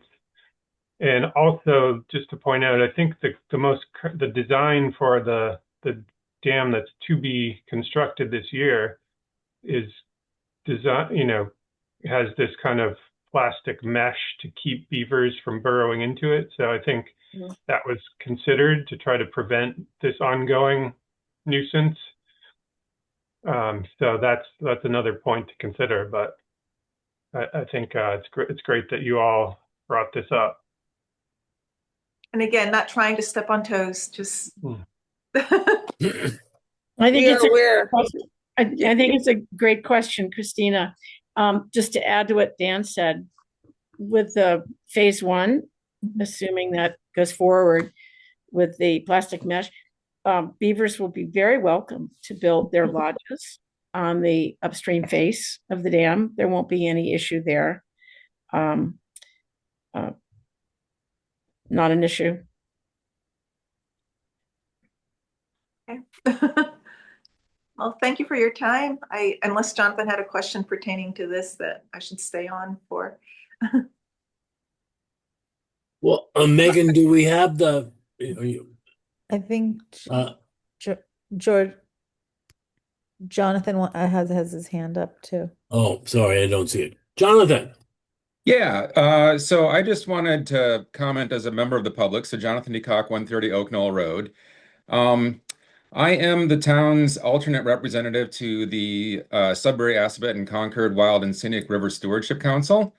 And we are, as you know, a function of what happens on the Concord River in the Wild and Scenic River, which is managed by the National Park Service. And I just wanted to comment that the River Stewardship Council is very big into dam removal. They're kind of one of the leaders of the charge on the Talbot Dam removal. And they're looking at others too. Now, they haven't specifically looked at this one, but I think it is something to give serious consideration to in terms of, do we want to really keep this dam long term? And then independent of the River Stewardship Council, I just wanted to comment that at Greeno, the water level right next to the dam has lowered quite a bit. However, the beavers have raised the level everywhere else. And so the beavers are actually doing a really good job of making Greeno Pond actually be a pond. And so even if you were to remove the man-made dam, you might find that the beavers very nicely put a dam back there and you still have the, a very similar landscape to what you have now. So just a random thought. That's it for me. Well, thank you. So, Megan, has Christina documented what she presented tonight and something that can be shared with the Conservation Commission? I'll email it, and I have some examples as well. So yes, I'll email it to Megan, and she can. And yeah, I can distribute to everyone. Yep. Okay. And it's just talking points. I apologize, but I'll email them. No, but it was very thorough and you raised a lot of good points that we need to consider. So thank you for your time. Thank you for allowing time on your busy schedule tonight. Oh, we always go to midnight. No problem. Thank you. I hope not. Anyway, all right. Item number 2, town administrative proposal for mowing and dam inspection repairs, which was continued from the previous meeting on February 12th. Yes, I was asked at the last meeting to gather more details about the mowing capabilities of the DPW and how that relates to conservation land. And so I found out that the specifics of the proposed mower. So it's a Skag 52V Ride stand-on mower. And Jim from DPW said that he'd be able to mow the dam crest in the areas along the trail, but not the actual bog itself. I know we discussed that at the last meeting, so I just wanted to provide some clarity on that. And then I asked him about some other conservation properties and also asked if he had mowers that were capable of mowing fields and things like that. And he said that the DPW will assist the Conservation Commission in helping manage their lands, especially with the new mower. They'll be able to help more because he can just send someone off with the mower to help with the trails at the bog, but that he could also help with some fields, at our request. So I think my takeaway was that this proposal doesn't mean that DPW is going to take over all of our land management. It just means they're going to help us maintain the trails and I think fields when we ask to a further extent than we have now to take off some pressure from volunteers. And I know at the last meeting this was mentioned, but I'll just highlight it again that the Trails Committee voted to back this proposal, and is Steve told yeah, Steve is on here if you have any questions for him, because I think he's been pretty involved in getting this proposal together and obviously knows our conservation land much better than I do, so he can probably speak to this a little better. But I just wanted to summarize my conversations with Jim, and that's what I had. So let me ask one question. You mentioned be able to mow the crest of the dam, but we also are interested in doing the verges on either side. I think, and correct me if I'm wrong. Of the But dam there- crest? Well, the crest itself, which is where the trail is and so on, but then there are slopes going down to the water. Yes. He And said I that know- they I would know- be able to do that. Oh, they can do that. Okay. Well, Yeah. I talked to him this week and he said that the equipment they have, that sidearm, is too wide to go along the crest of the dam. Of that dam. He can do Greeno, no problem. But the top of the dam of dam number one is not wide enough for, it's like 6 feet or more. I don't know what the width is, but we can double you check with actually- him.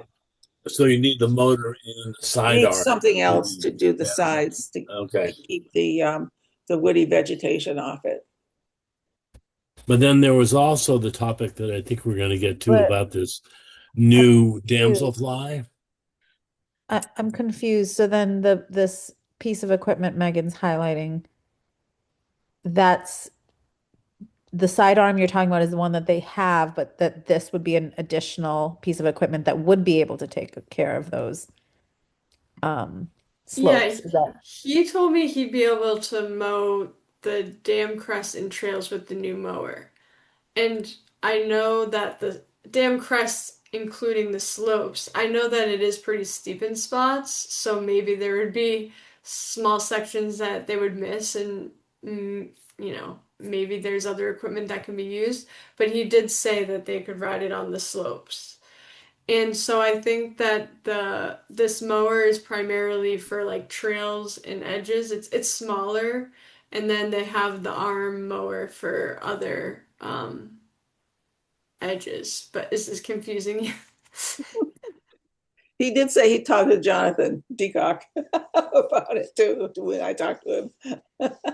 I managed that yet. I generally recommend the purchase. I think it would help tremendously for our Trails Committee, and also, our Trails Committee maintains our conservation land, so I think it is important to facilitate this process and make it a little easier for everyone. And on top of that, it would help for some other tasks that we have at conservation lands. And like I said, DPW has offered to help us mow different fields if we need it. Not all the time, not every property 5 times a year, but kind of a supplement to whatever we have to contract out or get volunteers to do. So do we need to make a motion about this to agree with this assessment? Or do we I need more think information?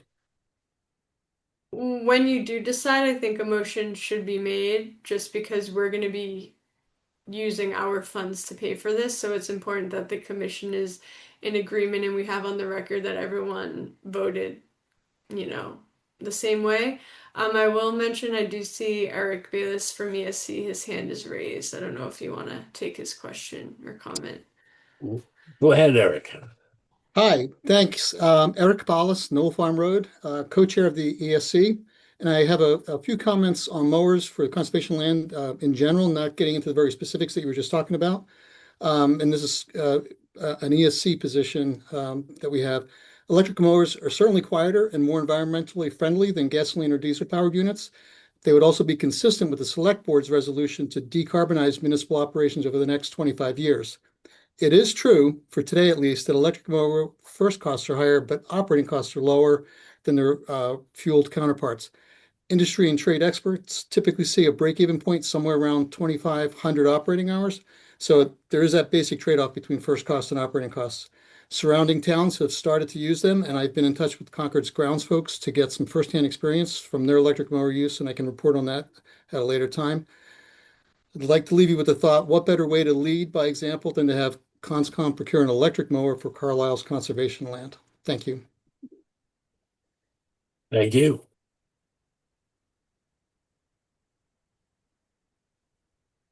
So, Megan, I'm still trying to figure out what we need to do with this. I feel that we need additional information.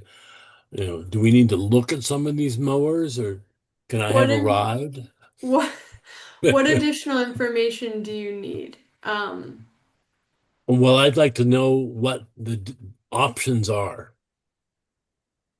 So we've got electric, we've got diesel, we've got gas powered, we've got different models with different capabilities and so on. And I don't know exactly what we're not going to specify it, but we can make a recommendation that the town acquire model XYZ.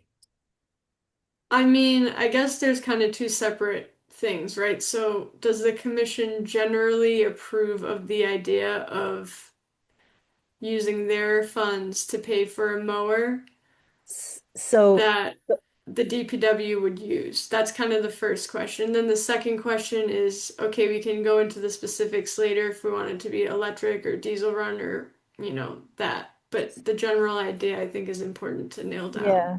So in concept, I think I support this. I think it makes sense to potentially help offload the cost of maintaining the trails or some conservation properties from time to time from outside contracted work. So in concept, I support it.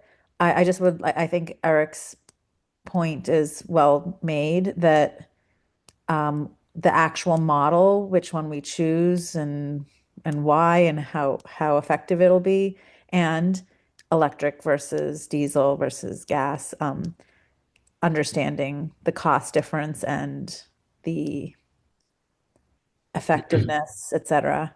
Like if we Maintenance, yeah. maintenance, yeah, it's like if the electric one can only do this one certain kind of work and it's very limited, that doesn't make sense to me. I'm clearly not a mower, so I don't know, right? But if you can find a model that's electric and that there is a decent break-even hour point where it makes sense to have that upfront higher cost, that seems like a no-brainer. But I would like DPW's buy-in and input on that choice. So that's the second part of the issue. George, can I make a comment? Please do.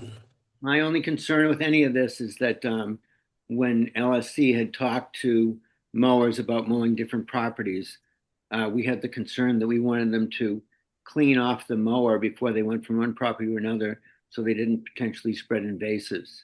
Right.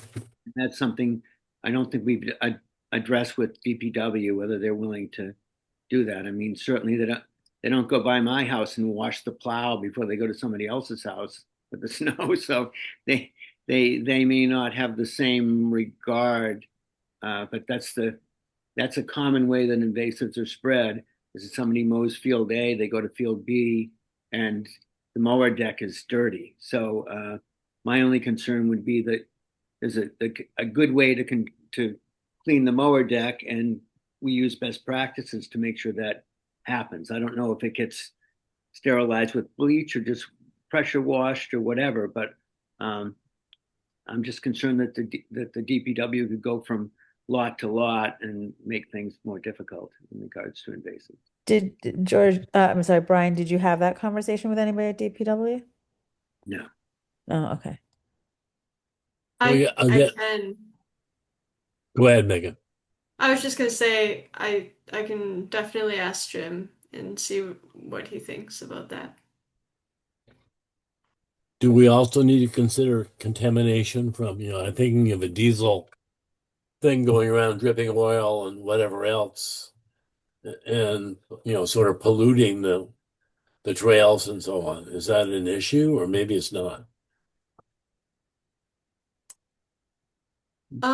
I think if you wanted to go to I think it's a conversation you'd have to weigh out the options to see what the benefits of electric versus, oil powered is. But I'm wondering, I guess to Eric, so would it be in ESC's purview to help the Conservation Commission do that research about the electric powered mowers and Absolutely. coordinate with Jim just because Absolutely. it seems like you're going to know a lot more about it than I do. So I think it'd be helpful if ESC kind of collaborated with us to help us figure out the options, and then maybe we can present it once we have all the information on electric versus Be oil. happy to, and you can count on us. Okay, awesome. Thank you. And So Megan, should we table?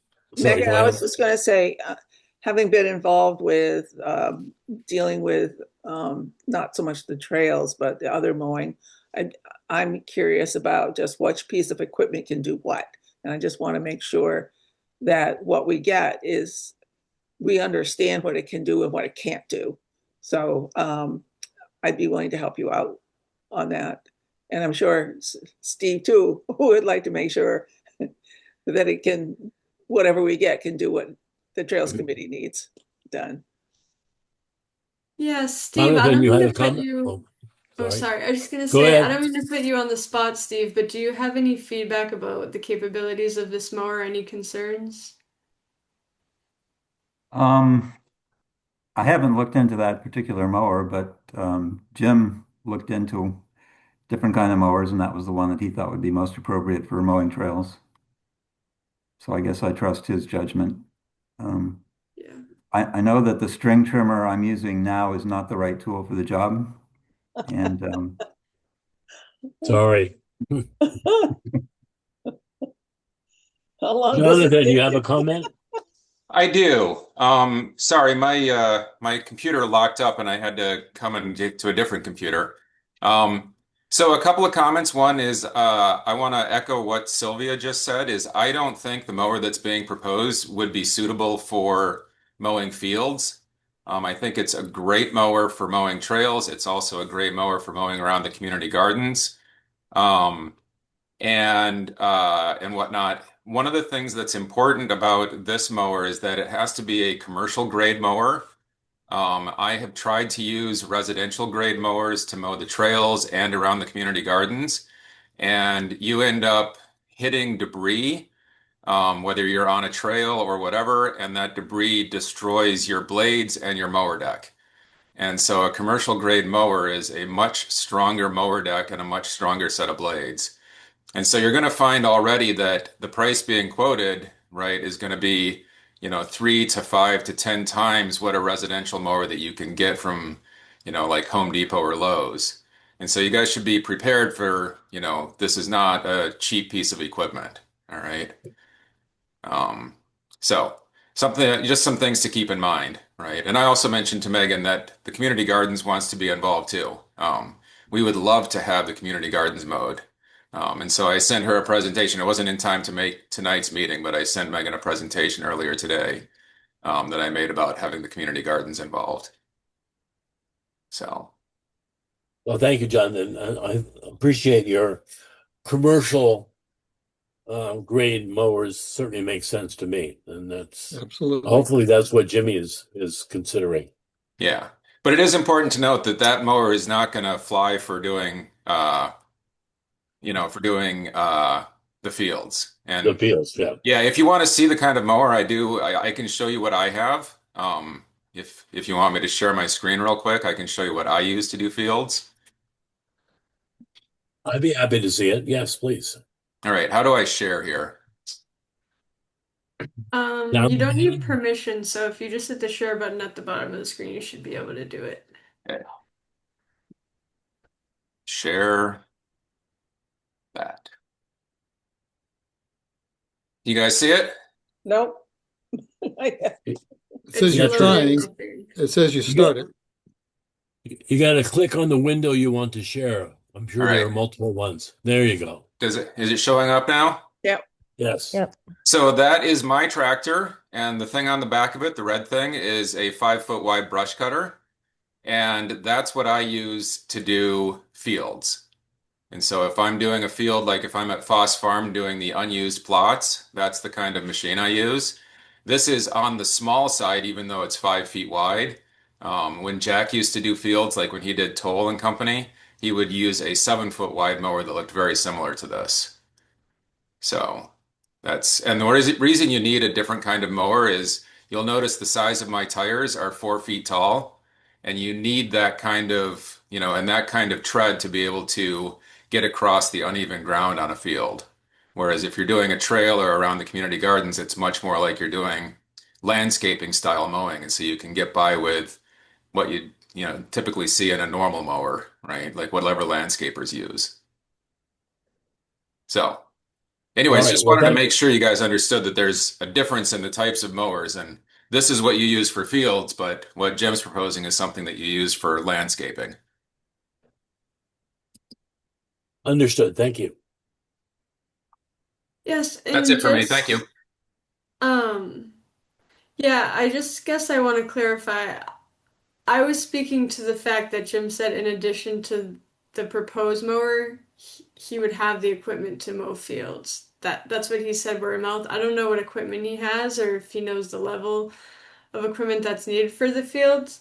But I guess my question to the commission is, regardless of if DPW can do anything other than trails, so, the mower that's being proposed, if it can only do trails, is the commission, would the commission still want to pay for that? Or are we still questioning that? What more information is needed? Because my feeling is even if the mower just does trails, it's still a good investment for conservation land. So I guess I just want to clarify if there's anything else, any other information that's needed on that point. I'm happy to get it from Jim or whoever else, but I just want to see where the commission is at in terms of that point. I have a question for Jonathan. So my tractor setup and rotary mower looks just like yours. It's about a 5-foot rotary mower, and that's what I mow our pastures with. Why would?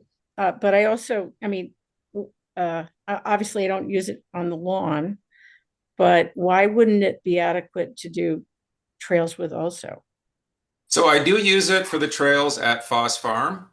In fact, the trails on the upper field need a mower that's more like a field mower, more like with that brush cutter, because the grass is so thick. However, one of the things that I find when I try to do trails with my big mower is I can't do a very clean job of the mowing, right? It ends up not as low to the ground as what a commercial grade mower can do. And it's just not near as clean a cut, right? It's a brush cutter. It's intended to whack things off, that are thick. Like it'll take out 1 inch thick buckthorn. But if you give it a nice manicured piece of grass, yeah, it'll go through it and it'll whack it off, but it won't leave a nice clean cut. So it looks, I don't know, rough, I guess. Would you agree with that, Steve? That after I come through that, it's knocked it back, but it's not clean. Yeah, and it's generally not low enough. Right. Really? So you end up with stubble then? Yeah, and a lot of people really don't like walking on the trails when the grass gets too long because there's a greater chance of ticks. And so having it be normal grass height is kind of what people kind of are wanting to see rather than something that's coming up past their ankles. So Yeah, I don't know if anybody was at Toll Field in the last year, but Shane Usher has been doing a tremendous job of mowing those trails with a riding mower. It's much better than I could ever do in the past. So I would highly recommend that type of mower for the trails. I'd also like to say that if you want to have the trails mowed this year, you'd better have DPW do it because we've reached the end of what we can do as volunteers. That kind of answers Megan's question. I think we do need to put some money behind a piece of equipment to mow the trails. I guess my question is how much is it gonna, well, which piece of equipment is the best piece of Right. equipment. What are the Thinking about- options? Yeah, and how much does it cost? I think, um, and clarifying the point you made, Megan, that DPW has other pieces of equipment that could mow the fields and not necessarily this one that you're mentioning today. That this is more specific for the trails. And can I just verify that one piece of equipment will do all the trails? We're not going to have a situation where some of the trails couldn't be serviced by the piece of equipment we're discussing, right? Yeah, so it's not going to be every trail in town. There's 7 parcels that I propose that we use this mower for. It's basically the biggest ones with the fields. So the Trails Committee will continue to take care of all the rest of the trails in town. It's just the large fields that take so much time to do for a volunteer with the wrong kind of equipment. So does, Megan, to that point that Steve just made, does DPW understand which ones are the ones that Trails Committee is going to need help with, and which ones that they will still be able to manage? So like listing that out, and then the ones that they need help with, is this piece of equipment appropriate for those? So I think that's a better question for Steve because I think Steve has discussed it with Yeah, so Jim. October of 2024, LSC and Trails went to Ryan, telling him we had this problem coming up in the future that we wouldn't be able to get volunteers to mow the trails.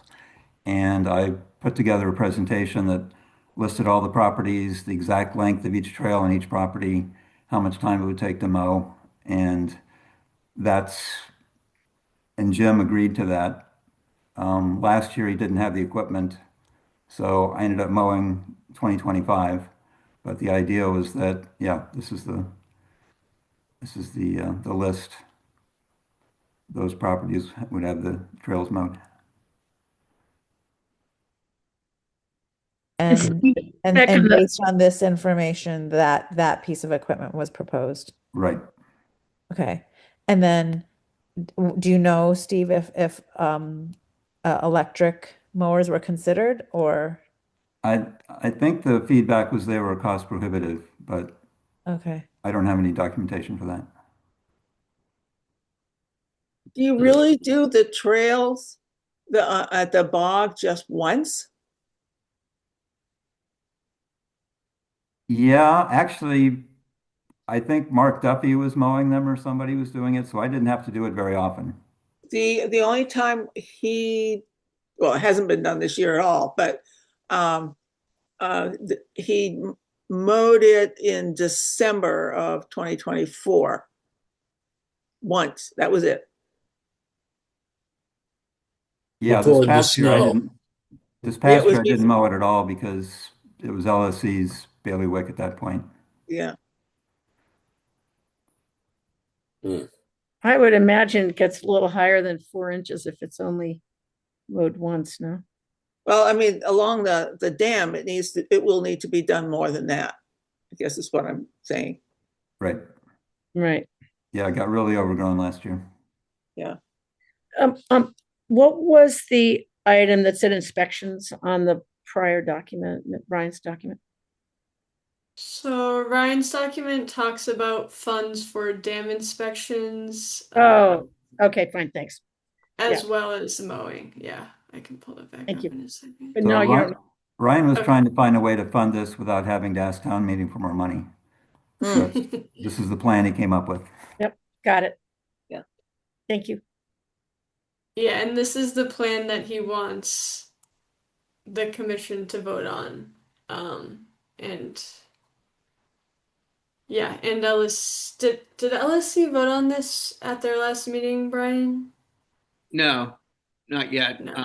Okay, well. Again, our then- concern was whether there was the potential for spreading invasives from property to property, which has been an issue even with trying to hire a mower from out of town, because they come to town, they mow one field. Where are they supposed to go to clean their mower before they go to the next field? So it's just a best practices issue.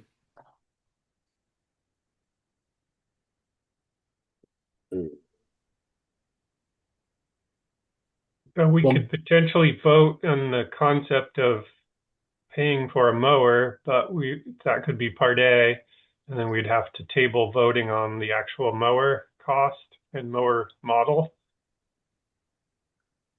Yeah, and I Yes, think I a vote think that's saying good. that we support this, that a purchase of a mower to mow the trails. In the Details bogs to and the be- yeah, fields. yeah, but details to be determined. Well, certainly this mower won't do the bogs. It takes a completely different piece of equipment. And fields will have to, hopefully he's got something to do the fields, but probably should find out for sure.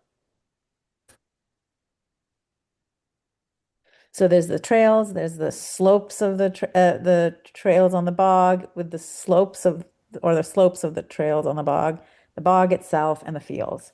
And this sounds like it's just going to be for trails. Yes. Yeah. I think I would vote to support, especially with what Steve is telling us in terms of their ability, where their volunteer ability kind of starts and ends. I support the concept of purchasing a mower to help mow the trails. I think I'm not sure I understand how cost prohibitive a more environmentally sustainable piece of equipment would be. Jonathan has his hand up. Should we hear from him? Oh, yes. Yeah, so one thing so it's going to be an interesting thing. It's a very interesting question. The electric mowers are more expensive up front, but in theory have last longer with less maintenance. I did notice that the town of Concord is running electric mowers now. And so I think we have a resource that we can go and contact and ask them about them. And so I would encourage Jim to call the DPW in Concord and ask about that. And I would also encourage the commission to assign like someone from town staff if possible, like Sarah, for instance, to see if there's any grants out there that we could use to help purchase an electric mower that would help, level the cost essentially so that it was the same or possibly even, reasonable with respect to a gas-powered mower. So that's what I would say. Good points. I guess if Ryan wants us to vote on this, I don't think we have the information to vote on this before us. Megan, do you think Ryan could potentially revise this proposal based on the new information and maybe clarify in this proposal that this mower would be just used for specific, trails only at specific properties or something like that? Yeah, I think so. I think generally the main goal of the proposal was to just get the inspections and mower covered under our financial resources instead of having to go to the select board for the money. So I'm not sure how much of a difference it'll make for the specifications. But if you're all more comfortable with voting on something where you know exactly what you're voting for, then I'm happy to table this and have it revised. Well, personally, I agree with you, Megan. I don't think we have enough information.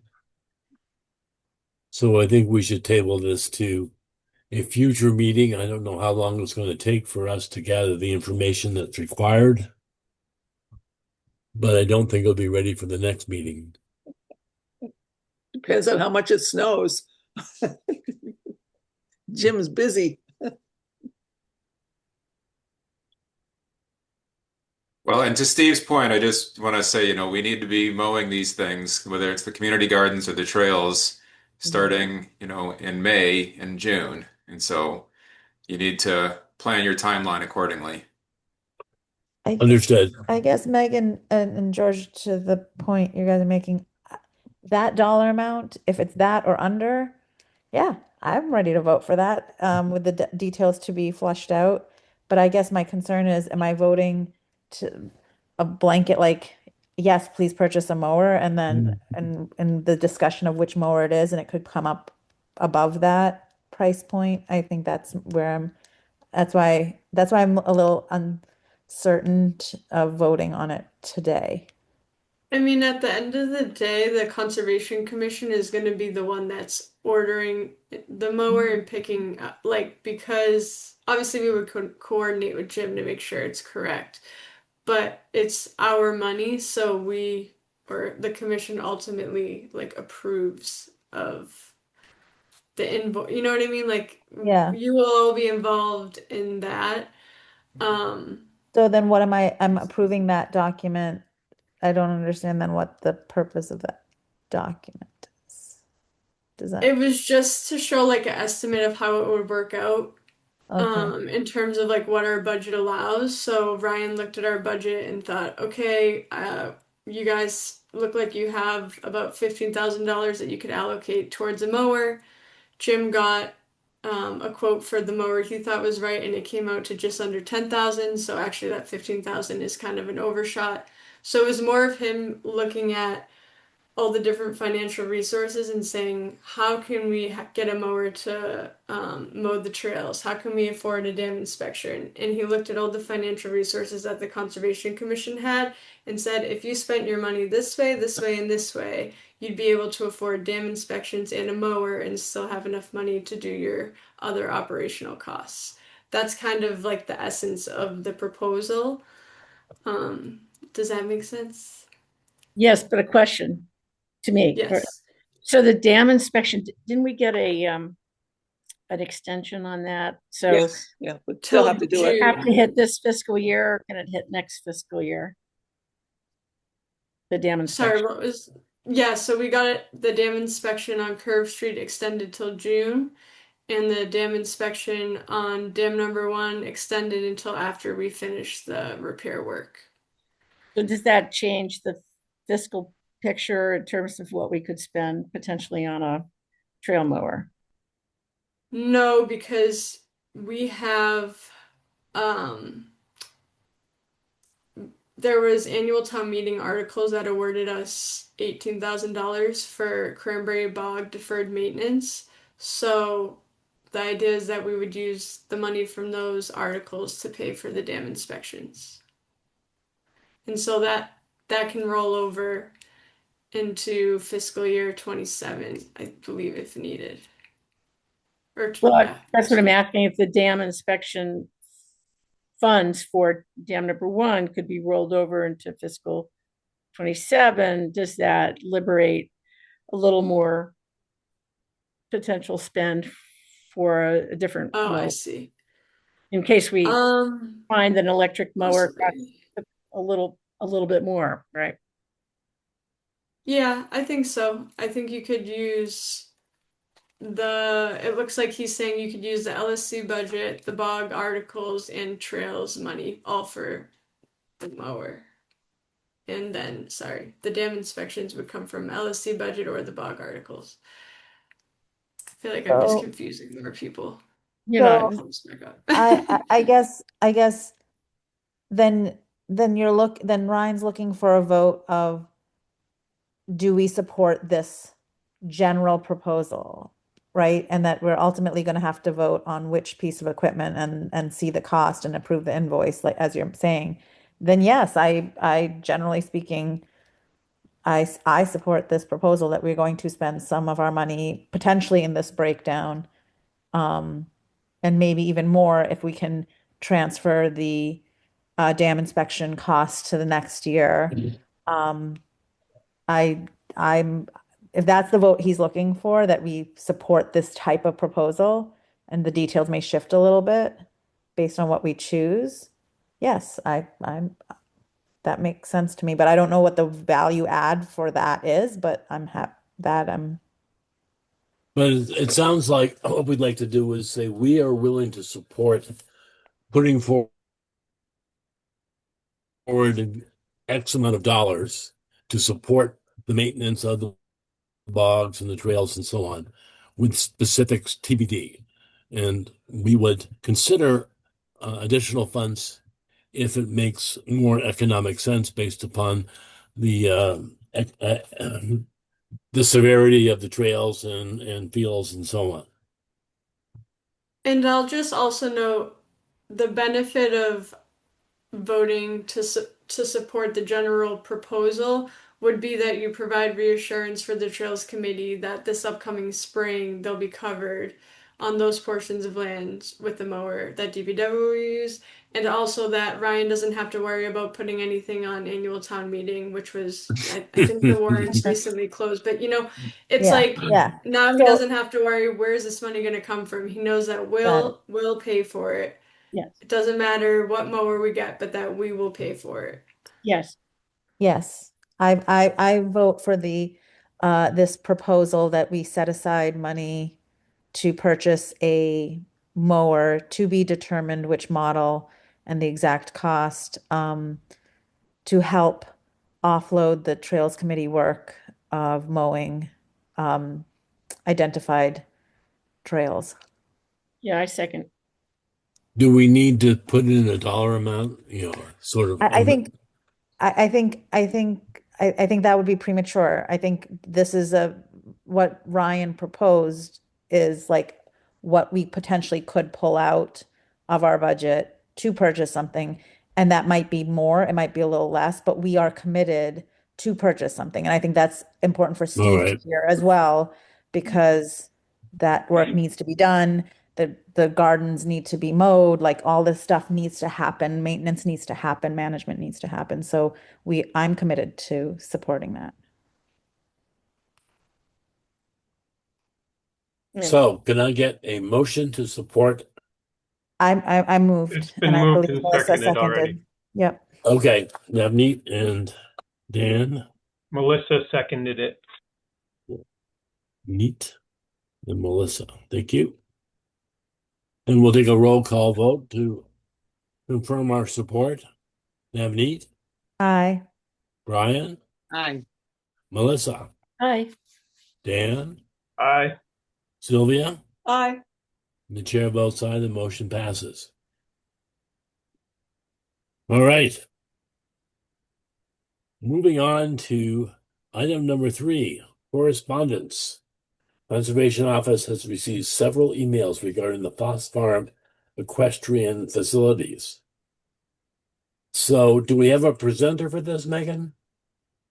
Yes, we do.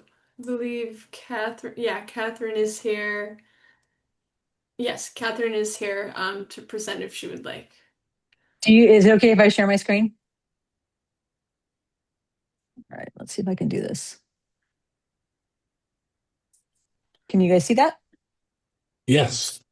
Okay, fabulous. Let me just move you away. So Catherine Cole, 81 Craigie Circle. I am also the district commissioner of the Old Northbridge Pony Club. We would very much like to use Foss Farm again for our pony club. And so this is our I want to be very clear, this is a very general overview for sort of what we would like to do and how we would intend to maintain some of the properties. But in general, our goal is to restore the equestrian facilities to Foss Farm to what they were previously, well-maintained, safe, and in enjoyable conditions for the equestrian community to use. Foss Farm has a long history of equestrian use. It was once an active, vibrant space, thoughtfully maintained, regularly used, and enjoyed by the community. So what we are proposing is not something new, but rather a careful restoration of what once existed. I did want to show you, so just as an example, back in the summer of 2016, you can see that the fields that everyone's talking about are so nicely mown. The arena has clearly just been dragged. That's the lines that you see. It's free of debris. It's free of weeds. It's a safe space for horses to ride in and to be ridden in. This was just this last spring. On the right, you can see it's overgrown. Weeds have taken over. It would be very challenging to get to that space now. From a safety perspective, what we don't want horses to do are step into holes. And so being able to see the ground where they are walking is really important. The same can be said of the small jump ring. So again, previously was relatively well maintained. The jumps were in good condition. The fences were in good condition. Now it is in significant disrepair with sort of nature moving in and taking over. Same is true of the cross-country course. So Again, I believe this was 2015. Nicely mown fields, easy for us to see where the horses are going, clear the fence without any concern for hazards, and now you can barely see them. These are just some cute, fun pictures of historical use. So what this area tended to be used for were either schooling shows that were fundraisers, costume shows, Halloween costume shows, which is I think a Pony Club favorite, as well as Pony Club is all about rider education, land stewardship, and a number of things. But one of the things the riders need to do is demonstrate their proficiency. So it's also commonly was used for ratings where they can progress amongst the levels, similar to how, I don't know if scouts do that. I think there's still some sort of achievement that has to be done. But the idea be that we would want to do monthly off-farm mounted lessons for club members, and that generally takes place April through October. Obviously, the weather has to clear depending upon how much snow we get. And then it would be great to include, it sounds like historically the sort of chart, the table on the right there is from 2005 and includes all the activities that were permitted at Foss for Old Northbridge Pony Club.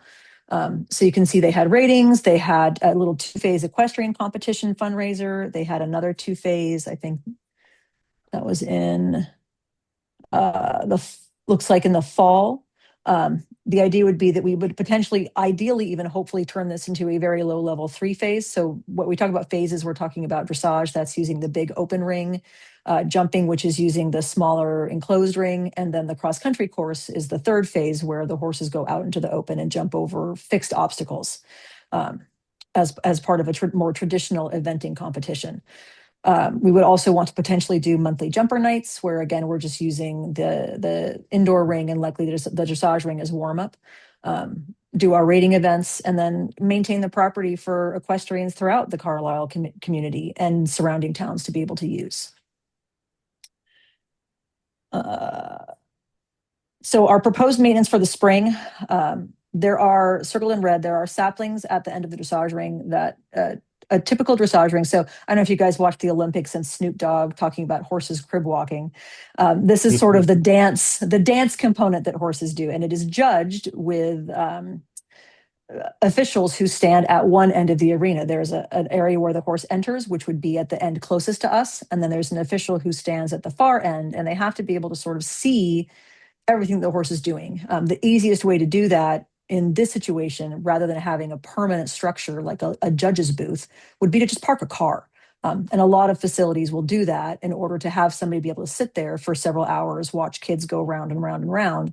But you need to be able to get there, and you need to be able to see what you're doing. So having space all around that arena accessible is important. There are trees overhanging the jump ring. So that's sort of that second picture on the right. The safe height for jumping is 16 feet. So anything that is encroaching below that space is a potential hazard to a rider. If the horse were to move unexpectedly and the rider were to get bucked off, we need to make sure that there's nothing overhanging that below that level that could potentially be a hazard. The gate that encloses that arena is in pretty significant disrepair, and there are areas, I believe, along the fencing that might also need to be replaced, just from a safety perspective. We would want to actually try to mow down some of the grass on the rings before we even try to drag them, but the dragging is going to deliberately dig up the roots of those grasses so that the arena can be returned to sort of a sand-based footing. And then we would obviously repair and replace any jumps that have fallen into disrepair and remove any unsafe or unusable jumps that are currently in the space, which would include some of the cross-country jumps. I was actually out cross-country skiing, and there are several fences that have fallen into disrepair, that have exposed nails and exposed screws that I don't think are safe for anyone to be around. And so our goal would be to remove those and then replace them with safer, more well-constructed alternatives. We would want to mow the fields. So there are areas, and we'll get to this at the end, there are areas where the horses would ride as part of the cross-country course. They cannot go in areas where we cannot see the ground. So we need to be able to, again, that idea of having grass mown to sort of grass height so that we can see where the holes are so that we don't end up having any unforeseen injuries. And we would want to define and mow the cross-country course specifically. Most cross-country courses are about 8 to 12 inches wide. feet wide.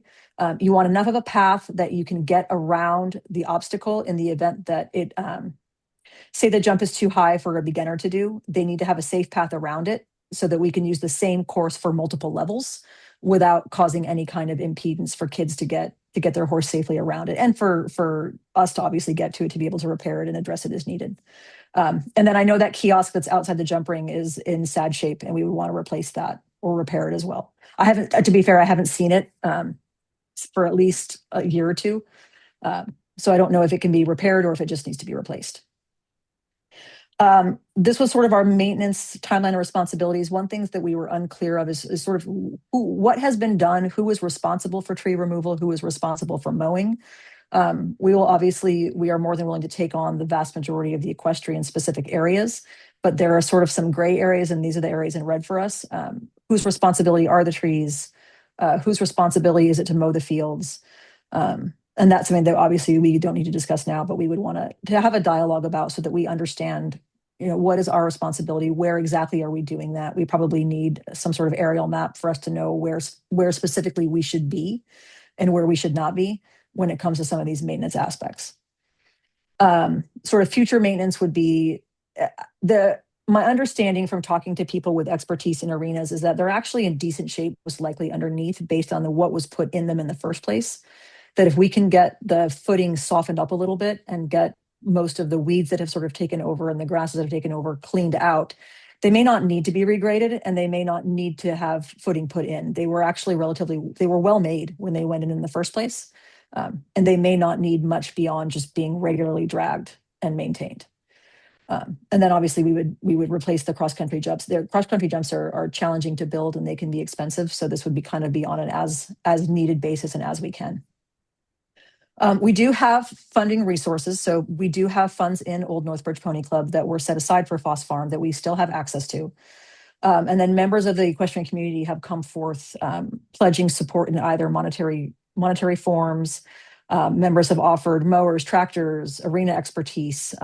We've kind of had people coming out of the woodwork offering to help us to kind of get this place back up and running. I'm good friends with those who are running the Carlisle Boy Scouts. So the idea of having a day of service between Pony Club and the Boy Scouts, I think would be something that both organizations are interested in.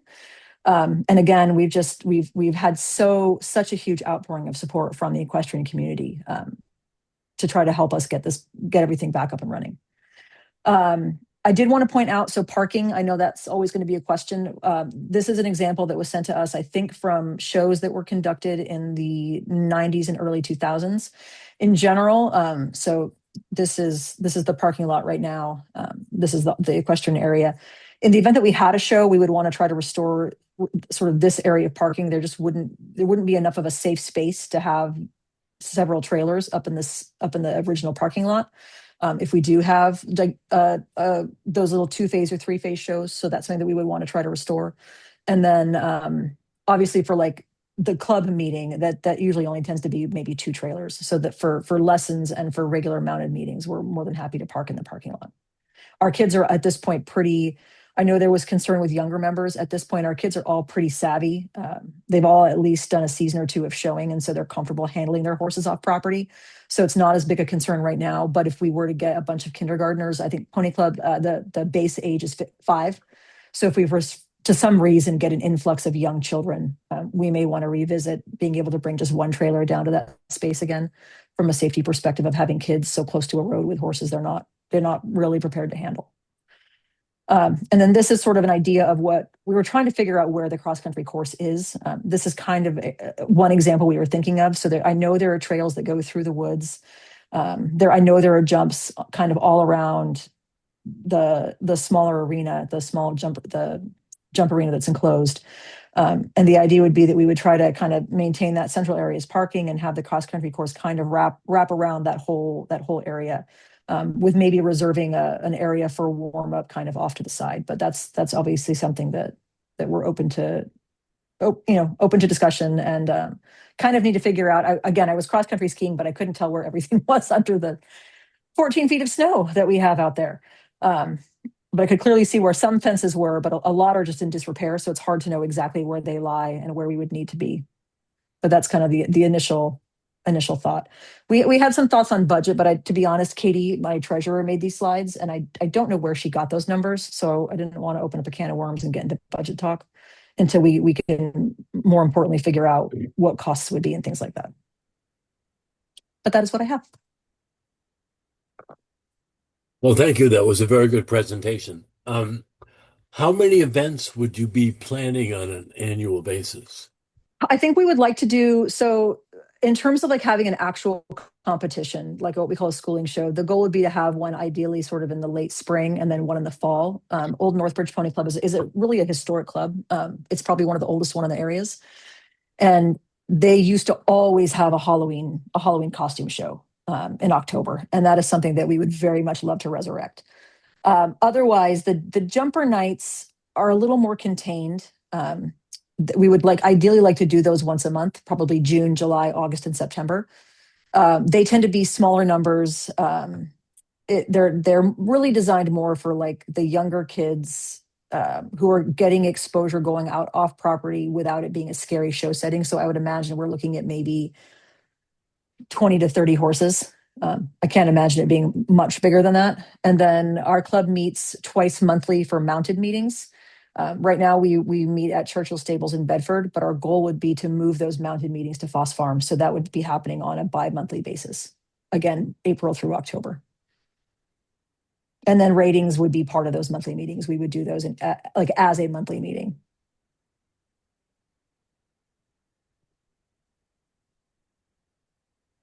April through October. Thank you.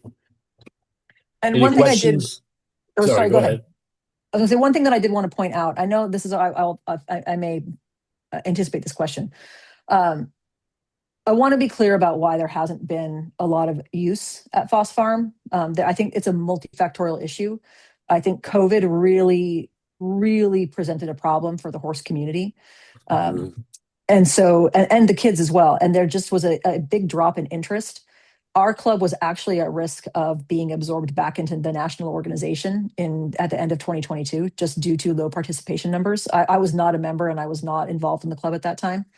The prior district commissioner, I'm well acquainted with, and it kind of became clear that someone else was going to have to take over and try to sort of revamp the club, or we were going to lose it, and all those funds that we had set aside would get absorbed back into the national club as well. So I decided to take over, and so I just got involved in the beginning of 2023. I've never done Pony Club. I'm an equestrian. I've ridden my whole life, but I've never done Pony Club. And so we were entirely new membership, entirely new leadership. And so when we met in this, I think it was the late spring or early summer of 2023 to look at Foss Farm, the idea of sort of undertaking all of this along with being sort of new leadership for a club was just overwhelming at the time. We just didn't feel like we had the resources, and we didn't feel like we had this, to be honest, we didn't feel like we had the support from Land Stewardship Committee in order to be able to do what we needed to do. Well, thank you. Any commissioners have a comment, or Megan, or? I was just gonna point out that, this is like preliminary discussions. I think it's just important that they presented this information now to get it on the commission's radar, and then we can have further conversations after this, either through Conservation Commission or Land Stewardship Committee, whenever they have a quorum back.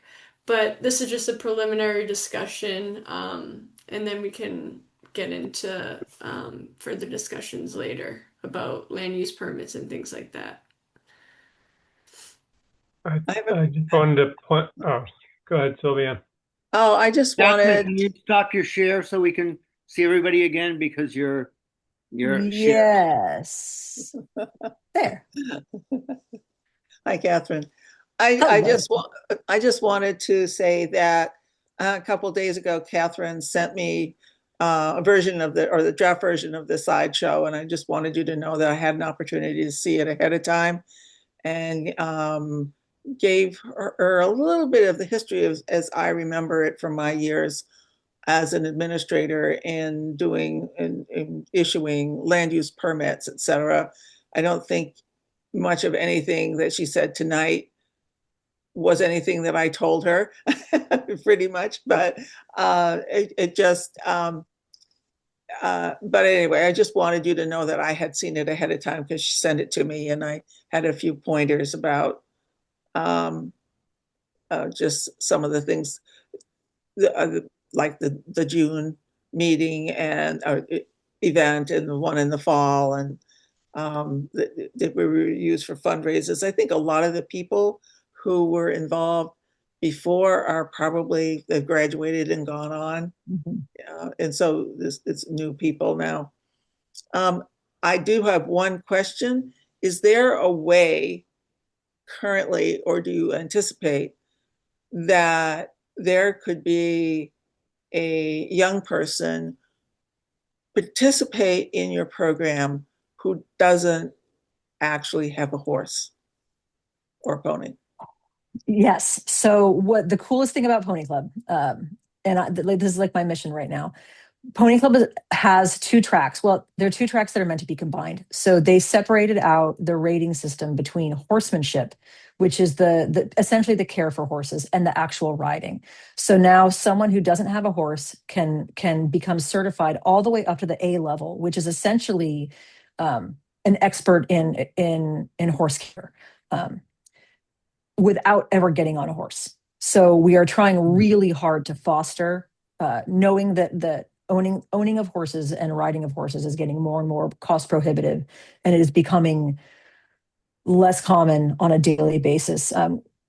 For my club in particular, I am trying very hard to make sure that those kids have a role. What's also nice is for any rally, and that's basically a Pony Club horse show, every team is required to have a stable manager, and that manager must be unmounted. So they are there to make sure that the rules are followed, the horses are cared for, the horses' needs are met. So there's actually a very vibrant culture within Pony Club about just horse management.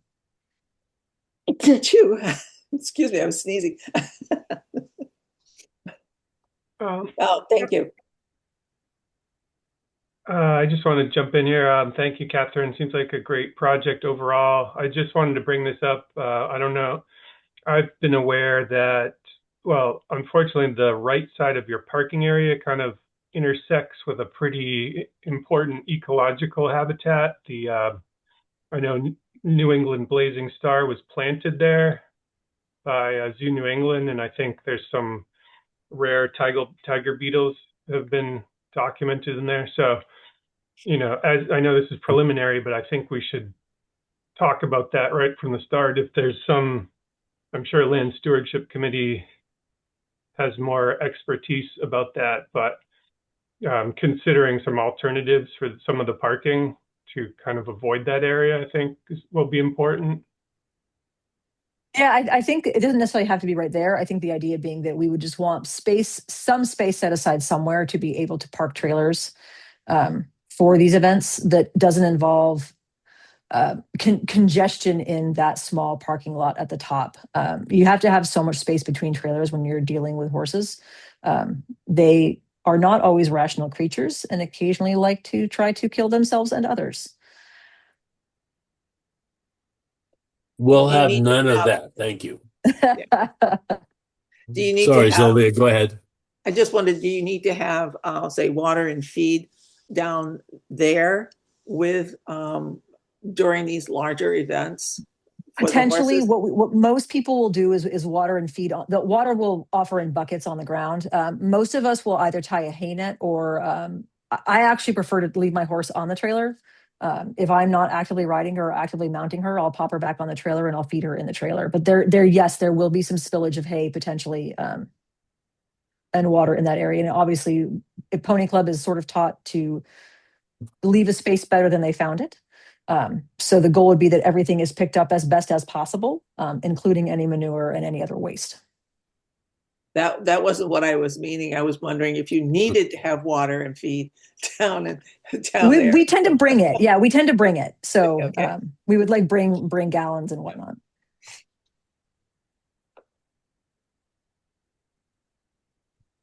And they will graze because horses will horse. All right. Any other comments from commissioners? Any comments from the public? Yeah, Jonathan DeCock here. I'm the community garden manager. I just wanted to comment that the community gardens really misses having the horses at Foss Farm. And so I think this would be a really great thing. We used to regularly have children ride their horses around the gardens while people were gardening. It's just a great thing for the kids to do. And I think it's a wonderful interaction between the kids that are helping their parents garden and the elderly people that are gardening, seeing kids ride through on horses. It's really cool. So I'm in favor. That's a Thank great you. comment. Thank you. I understand this is not a detailed discussion, but just supporting this endeavor. But the devil will be in the details, so to speak, sort of how it's done and how to do it properly and restore this, because I think this property was meant to have this activity on it for many years now. I think that was, if I'm not mistaken, in one of my conversations with Sylvia a while ago, that was one of the things that the former property owner really liked about that piece and envisioned that for this parcel for the town too, moving forward. I think the rings were there when the town bought. Yeah, so I think that is the spirit of which this parcel, one of the spirits of this parcel of land, and so I'd like to see that happen, the work to happen. But I'd love to see the details around it. I'd just like to add that, Catherine, I think the base is pretty good in the jump ring because I was involved with the project to lay that base. That's what I've been understanding from talking, is that they were well done and they're pretty solid. There were 3 of us that fundraised for that, and I was one of them. And a man who's no longer alive, Carl, who is well known in Carlisle, did all the work to lay the base in the jump ring. So I think it's probably in good shape.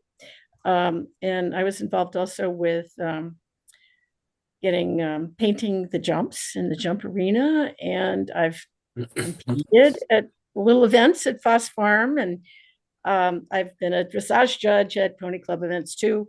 So I'm pretty well acquainted with what we used to do there, and it was and the jumper nights and all that. It was it's a very sweet scene, and it's amazing to see these little kids managing big horses that are taller than they are, and the horse puts a foot wrong, and they're like, and the horse backs up and says, "Oh, sorry," It teaches a lot of maturity and discipline and builds community. So I'd love to see it back too.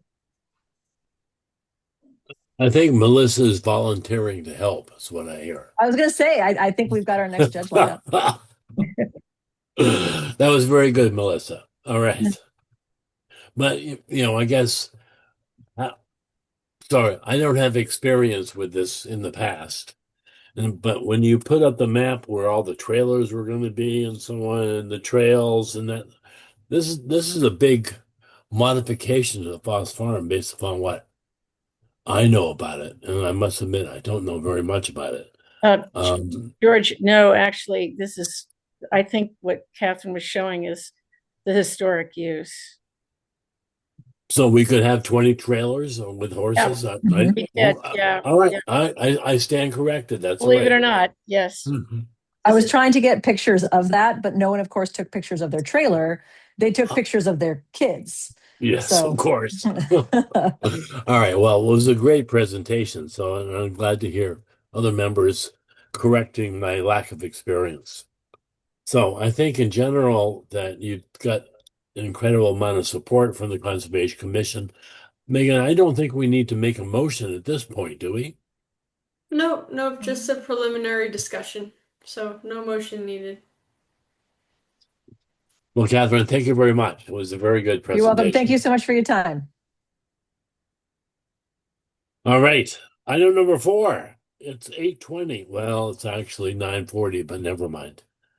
Discussion of a Grow Native Massachusetts 2025 Woodward License Agreement. So I had requested this be put on the agenda because we took a vote last meeting regarding Conservation Commission. I don't remember the exact wording, but Conservation Commission being the final, like we would need to approve any decisions made about licenses moving forward. And there was some question if we had the ability to sort of cherry pick out of the charter that we're changing this one thing. And the question was going to go, be put in front of Ryan, ask Ryan if that was actually kosher, so to speak. And Megan, I believe Ryan said that yes, that is the case, that we have the ability to make that change, that we are the commission that has the care and custody of the conservation lands. So we have the authority to alter that charter at any time and make these decisions. So I just wanted to make sure that the commission understood that.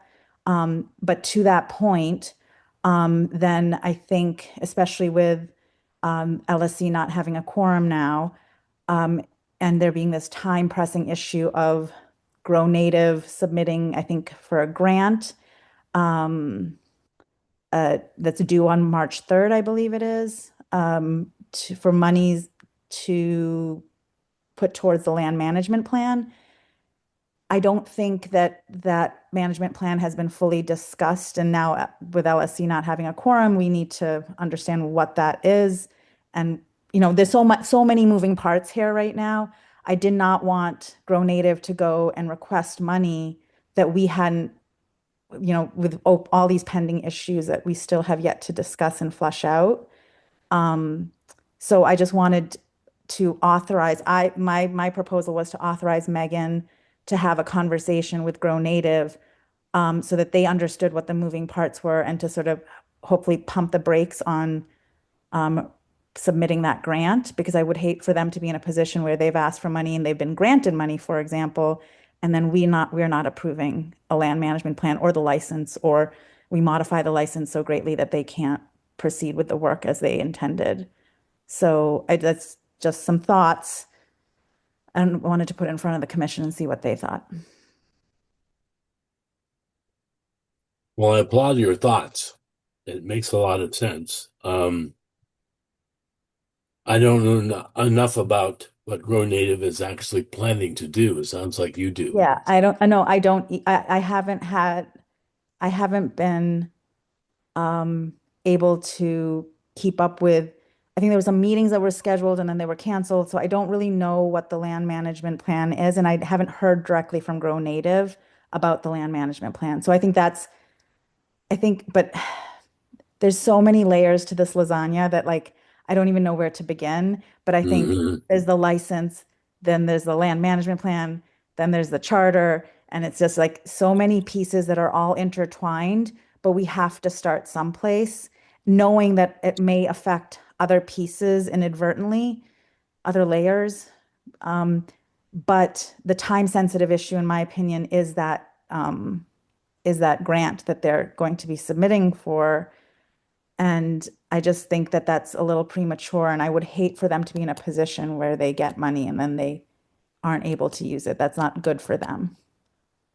So they applied for that grant back in December, and they're supposed to hear about it very soon. It's not coming. Yeah, but then they can. Okay, maybe I'll Is let it the the commission same talk. Zoo New England grant that? It's No, the same no. Zoo. Oh, it's a different one. Okay. Actually, competition, I would say. Yeah, that's what I meant. They're going for the same grant. It's a huge grant, though, right? It's a huge pool of money. Yes, I'm just asking. It's the same one that Zoo New England applied for at Foss Farm, because it sounds like it has the same date. It does, but you say the same grant. It's sort of, there's a huge pool of money, and they both could be issued. It's not competition. No, it's a pool of money, and there's two different grant submissions. One or both or none could be funded, right? Exactly. So when do we know when the state is going to, the state's behind, do we know when the state's going to, they've already applied for the grant, right? I think. Right. When do they make a decision? I'm not sure what the, I'm not sure. They said February, and now they're saying early March because they've had so many different applicants for money all over the state. So, I'm not sure, Nebnit, what's the March 3rd date that you That understood? was what was shared with me, that they were supposed to hear. I think in the last meeting, it was like, oh, maybe in early March they're going to hear. And somebody had said March 3rd to me. So that's why I have that stuck in my head, but early March. My point is that this is exactly the reason why I think the charter needs to be revised, because now we have an application by this entity for a grant, but we haven't approved or discussed the management plan and approved that. And so now we're like stuck in this no man's land. And I'm trying to open up the conversation pipeline so that we can better understand what's happening. And also now Grow Native should know that, and Zuni New England, that they need to be coming to Conservation Commission directly and having communications with us directly. Like that's another piece of information that needs to be communicated to them. So I think for Megan, my only point for today was for Megan to have a conversation with Grow Native, identifying very clearly from Conservation Commission that these are the issues. And that where are you guys with your thoughts on this license, right? Because I've heard also from others that they at one point expressed like, oh, I didn't know that there was all this tension in this town over this license. This is not a good look for us. We don't want to proceed. But then they changed course. So I want some clear communication right now. And I think that because this is such a sensitive topic in the town, I think for Megan to be the person, because she's a conservation administrator, to have that open line of communication with Grow Native, let them know that LSC is not the body that they're going to be working with. It's the Conservation Commission. Take the temperature of where they are right now, knowing what the issues are currently, and also that land management plan has not been approved by the town, by the Conservation Commission, I should say, and therefore, is that going to put you in a pickle if you are awarded this grant and we don't approve what you have to do, or we may have to modify the license so greatly that it's not something you guys want to proceed with or revoke it. Like everything in between. I'm not trying to lead the conversation, but like here's the lay of the land, Grow Native. What are your thoughts? Start that conversation and then maybe invite them to come and talk to us. I invited them to come tonight, by the way, but she couldn't make it. And she is aware of what happened with the land stewards.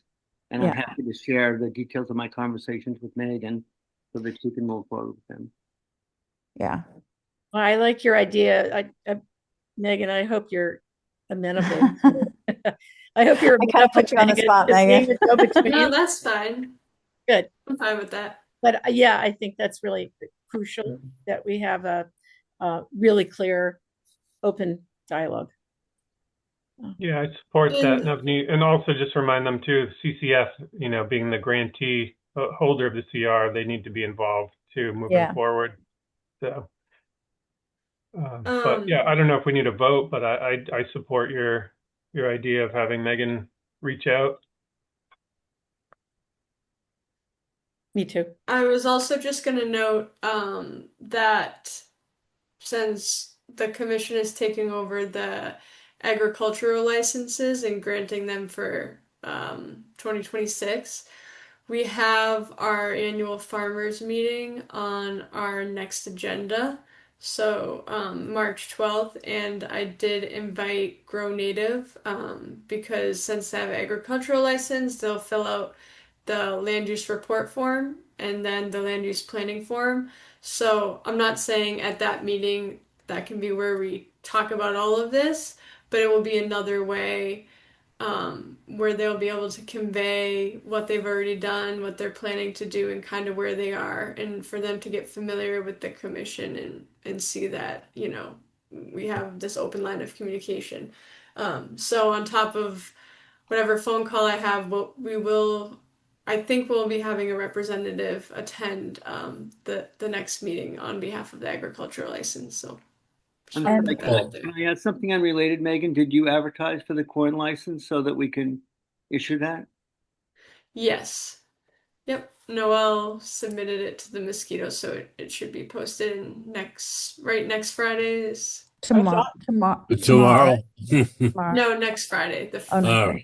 And when does it, what's the end of the timeline? Like, when would we issue that? Because that's important for Mark Duffy so that he can mow the community, not mow, Till plow the community gardens. Yeah. So it's on the agenda for the 12th. So if the commission decides at that one meeting, then it would be as soon as then.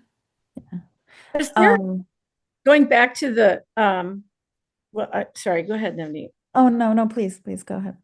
No, just going back to the Grow Native license in Woodward. Has there been I'm not sure exactly where we are on feedback on the management plan gathered so far, and whether we can just kind of help to move this along by ensuring there's a way for people who do have feedback so we can capture it in advance of our next meeting, maybe. I don't know. Just a thought. Is that useful? I see, this is, maybe I'm thinking of it too simply, but like, even before the land management plan, their license is in question. So Right. it's like the management comes after that. And Okay. so it's like, I don't know if Grow Native understands the extent to which this is an issue. And so and I think clearly communicating that with them, and I respect, Brian, all of your communications you've had with them, but like, I don't know, in medicine, we say, I don't know that that's the white count on the lab test until I see it myself. Like, until it happens directly from Conservation Commission, I need to see that. I need to hear it. And I need to know that they understand that CCF has this letter. Have they seen this letter? Like, that's a question I have too. Have they seen this letter? And do they understand that this is a real problem? The license itself is a problem. And so the land management plan is like the second or third layer to this lasagna that I don't even know if we're going to get to, because the first issue may be just the license itself, and they may walk away. They may, if they understand completely what the issue is, all the contours of all the problems, they may say, okay, this is not, we want a positive project that we can fundraise off of and we can do good things off of. This is clearly not what that is for us anymore. And so they may say, no, thank you. Or they may say, you know what, we're willing to work with you guys. What can we do? And then they can have an open conversation with CCF, like, or talk about other parcels. I mean, the conversations could sprout in so many different directions, but I need to know that they understand that even just step one is an issue right now. And I don't know that they completely understand that. Yeah, thanks for clarifying. I agree with that. And just so I'm clear on the guidance that the commission seems to be giving, you'd be comfortable with me sharing the CCF letter? Just full transparency of the situation? They've already seen it. They've already seen all that. Okay, great. Before dissolving, LSC was transparent with all that information. Yeah, just verify there isn't anything, the CR, the letter, anything else that. I guess they need to know then that, that the commission is concerned about that letter, and it really does call, in my opinion, and I'm not speaking for all of you guys, I'm just saying for myself, I read that letter and I'm concerned that this license may not be the right license for us to support. But that letter is so highly inaccurate, and that's why it needs to go to town council and be reviewed. It's not, I mean, the Conscom can always, on 30 days notice, cancel any ag license. So that's not really the issue. And most of the complaints CCF has are not on the licensed part. They're on the part that only belongs to the town and is not licensed, is not under a CR. So, I mean, Conscom can decide whatever they want. They could vote tonight to cancel the license in 30 days. But I think we should hear them out, hear CCF out, take in stakeholder input, and make a good decision for the town.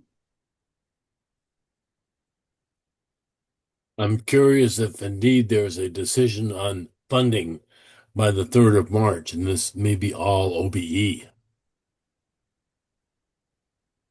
But George, the funding was only to remove the invasives along Maple Street.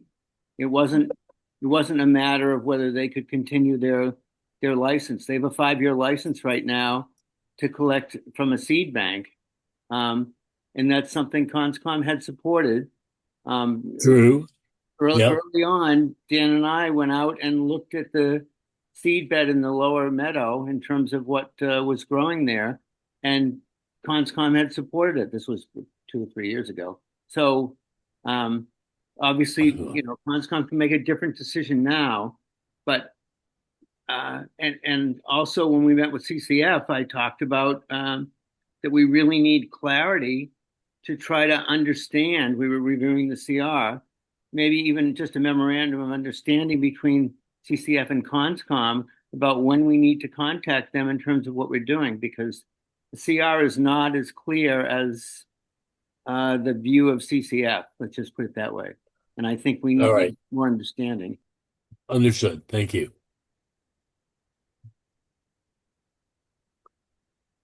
Any other comments from commissioners? Anyone in the public like to put forward a comment? Then I think at this point, there really is nothing for us to take a vote on. I think I think Point of information. Sorry. I think in the past we voted for, like, for example, Sylvia to have such and such conversation on the commission's behalf. I think it would be helpful to vote to authorize Megan to have a conversation with Grow Native to discuss the issues around the license, the concerns around the make sure that they understand that we are taking into consideration the CCF letter, that it's not just this letter was written and it's being sort of put to the side, and that the land management plan has not been approved, and there potentially are some concerns, especially in the methods that I think it's Parterre is putting forward for that management. And so the monies that they may get, is that going to be a problem for them? And so just having that conversation in general, and earnestly inviting them to come and talk to us. Yeah, I think that's reasonable. Yeah. I do too.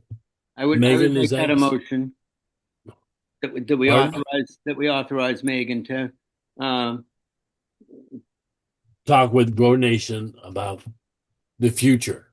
Correct. Okay. All right. Then I agree with that. So I'll we second will. Brian's motion. Let me write that down, Brian and Dan. We will take a vote. Navneet. Aye. Brian. Aye. Melissa. Aye. Sylvia. Aye. Dan. Aye. Chair votes aye. The motion passes. All right. Item 5, Land Steward Committee updates. So the first one is LSC has nominated Mehdi, oh dear, Kazuski. I think that's the previous agenda. Yeah. Yeah, That's what I'm looking at. That's okay. I removed originally the draft agenda had a nomination for Mehdi Kazutsky for LSC. But then I realized that there was never an advertisement for the vacancy, so we can't vote on it because if a vacancy has to be advertised and then the filing deadline has to be complete. Oh, that's right. before we Okay. can nominate. So can I ask about that? Because when I think Alex is still here on the call. I don't think we advertised when I'm sorry, I can't remember his name. Somebody left LSC and we put Alex on. It seemed to be quick and easy. Certainly when I was put in the Cranberry Bog Working Group and made chair, it was really, really quick and easy. I don't think anything was advertised. maybe Sylvia knows, but Well, I if I it think wasn't, if it wasn't, then that was then it was overlooked because, right, the procedure that you'd want to follow is you want to give anyone who's interested a chance to apply. So if it's never advertised, then people don't know that there's a vacancy. So that's just like a standard practice, but it could have happened in the past and just been overlooked. I'm not I sure. mean, as recently as this summer when we put Alex on, he I'm not. went to select board, came to Conscom, and then went to LSC, and we all approved it. It's not there's no contention, but has this been a policy we've always had and we just overlooked it? Yes, because if you remember, it's always been in place because if you remember when before Sylvia entered the Conservation Commission, Oh, she yeah. had to wait for the advertisement to be placed, the deadline to be complete, and I remember it took a while. A long. So yeah, so it is standard practice, and I don't post the advertisement. That's something that the administrator's office and select board office does. Gretchen deals with that. So. Well, that procedure has changed because it's a little more formal now, but during my reign, so to speak, it would be me or Mary that would put as a sort of a standard notice in the paper. It's not an advertisement, it's a public, it's just a Notice. little notice. It was free. So, and sometimes people called and said, yes, I'd like to do that. And sometimes we had to go to start talking to people. So works both ways. And to add on to that, the feedback I got from Ryan, our town administrator, on this was that the select board isn't gonna post the vacancies for LSC until after the charter is revised and finalized. In case, if the number of members changes, we want the vacancy postings to reflect that. So that won't be posted until we finalize the charter. Makes sense. All right. So there's no action here at the moment. So LSC charter revision to be discussed at the Conscom meeting on the 12th and 19th of March. I presume this is just a notification and be prepared.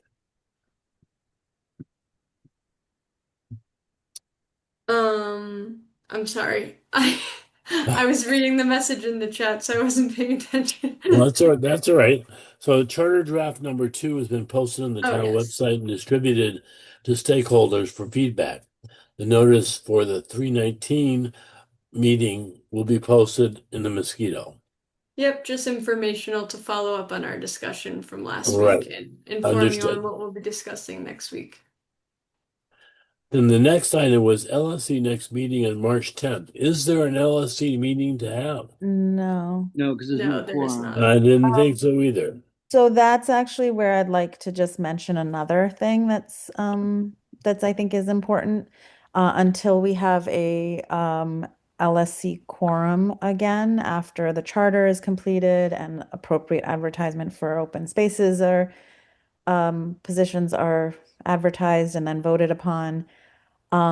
There is land management decisions that need to be made, time sensitive. Yes, it doesn't feel like it with all the snow out there, but that's going to melt at some point. And I know that the 3 members who are remaining on LSC are not, they're not a quorum, so they can't hold meetings, but can we utilize them to help organize, like, what is the to-do list?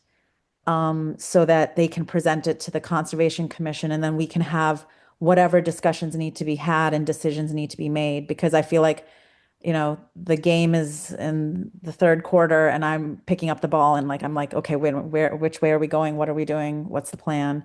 And I think the people who are remaining on LSC might have a better understanding of where things are right now and present that to us and sort of list out by parcel, list out by most time sensitive actions that need to be addressed, present that to us. Not because they're making decisions, but that they have the information they can present to us what needs to be done and what we need to be talking about. So Megan already asked me for that. And the senior members of the LSC who've been there a long time have offered to help with that transition. Alex is a great guy. Chris is a great guy. They're new. They don't have the experience. Adam has experience, but I don't know if that makes sense. One potential might be for the CONSCOM to vote to make them, what are those even called? Not auxiliary members, but additional members of the CONSCOM, not voting members.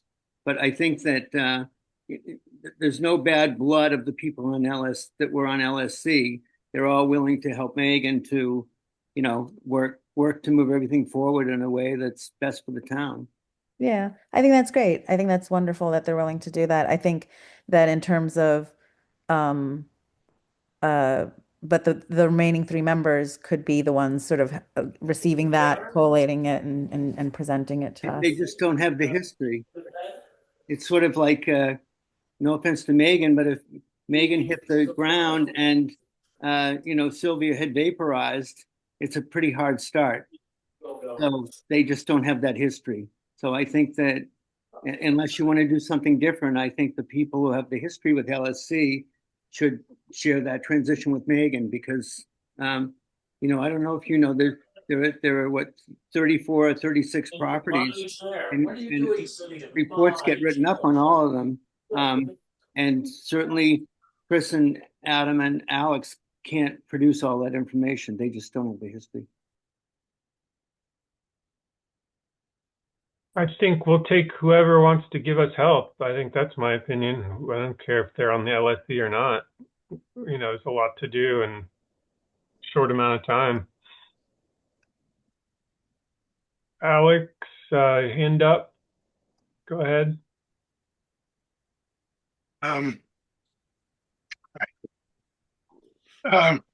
Yeah, so the three remaining members of LSC can't meet as a committee.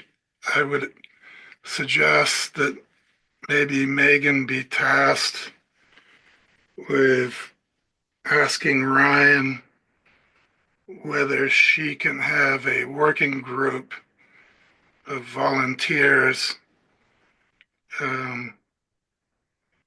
to, help her organize this and bring it to CONSCOM with a set of proposed tasks to be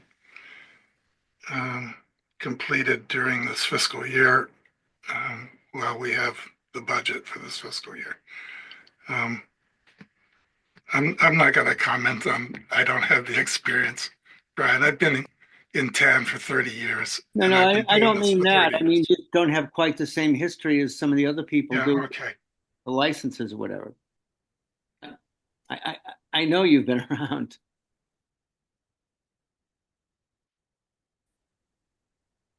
I support having Megan discuss with Ryan the possibility of starting a working group. I think that's wonderful, and I'm not picking who the one working group is, but what I'm trying to avoid is that it's a cacophony of like people speak, like it's just like all this. I want it to be like a few people who are gathering all the information and organizing it. Otherwise, we're going to be running around in circles. And I think that that is what I'm trying to avoid. And knowing how things have been occurring and all the layers of issues that everything seems to garner, every issue seems to garner more issues. I just need there to be a tasked couple people or 3 people or 4 people or 5 people, but a very set number of people who are organizing this and presenting it very succinctly. Otherwise, we won't get anything done, guys. We need a work list with dates so we don't miss any deadlines. Boom, boom, boom, boom. Yep. As with corn. Corn's the next one that we have to take care of. And Right. Megan's done an amazing job and Noel and advertising that. We'll have that. It's on our agenda. Great. But like, what else is there? Mowing of the gardens, but like, what are all of our time sensitive things? And then if we are asking anything of Farmer Duffy, like what he needs to know, and we need to know what we're asking, and like there's just I feel like there's so much, and we got to start picking away, but we really need a very succinct and just like itemized list of things we need to be doing and the due dates. Sort of like a flow chart. Yeah, just a process map here. Yep, yep. Megan and Also- Noel, do you have, you guys have plenty going on. Should we ask Ryan for additional staff support somehow, or like what? I'm not sure. I think it's worth having a conversation maybe about a working group or maybe just trying to collaborate behind the scenes with the three remaining members on LSC to see where we're at and comparing that to whatever Brian and Suki and the rest of LSC say was on upcoming agendas and just kind of working through that. I also know like Sylvia did a pretty good job at taking notice of annual maintenance items. So I think to a certain degree there will be a lot of information that I'll be able to parse through the files for. Like I don't think there'll be a lot of stuff missing. It's just about locating it. And so I feel like with all those different combinations of Brian giving me what was going to be on the upcoming agenda and having the remaining three LSC members and then having Sylvia's notes in the files we have in the office and having Noelle help me, I think we'll be able to get this done and organized and figure out what we need to do in, till the rest of the fiscal year. I love your attitude, Megan. Thank you. And I just want to note that I think we all realize that you're taking on a new administrative function here that where LSC has not relied on you in the past, and so I'm glad you're stepping up to do this. Thank you. Gladly. Yep. If you have any questions, ring. I know where to find you. If I can do anything to help you, let me know too. Will do. All right, I think we lost George again. I will move on to the next item. Let's see. Is there anything else for LSC we need to talk about? Charter revision, so that's going to be discussed at our next meeting. So are you aware of any feedback, Megan, that's come in? Yes, I got feedback from I think one or two people, so I'm sure there'll be more coming in, but Yep, and that's directed to you. Like, how do we make sure Yes. that gets organized? And yep, so I'll get all the feedback and then I'll compile all the feedback and put it into a tracking document so you can see who left what comments. Sounds good. Yeah, so I think if that's it for the LSC updates, we already did the bills, so that would put us onto item 7 for minute approval. So I know Sylvia and I both reviewed the minutes, and I sent you a comment. Sylvia did most of the work. Did anybody else want to recommend changes or? I think mine were pretty much straightforward. They were. So Megan, I think you have enough information to accept the minutes as proposed.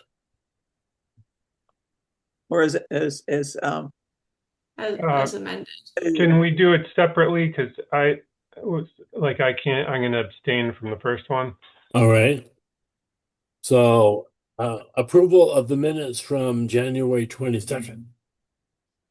We'll take a roll call vote. We have to make a motion, don't we? I'll move that. Someone does. I'll make a motion to accept it. Second. Okay, so it's Brian and Melissa.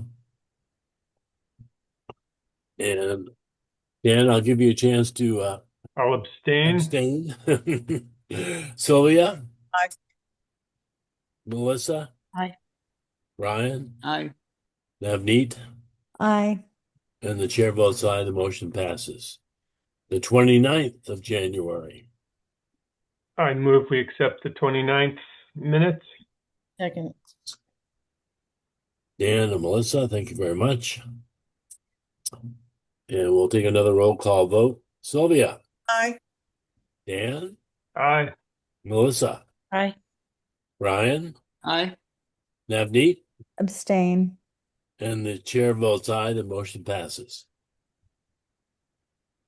All right. Item number 8, CPC updates. Do we have a presenter for this? Well, I'm this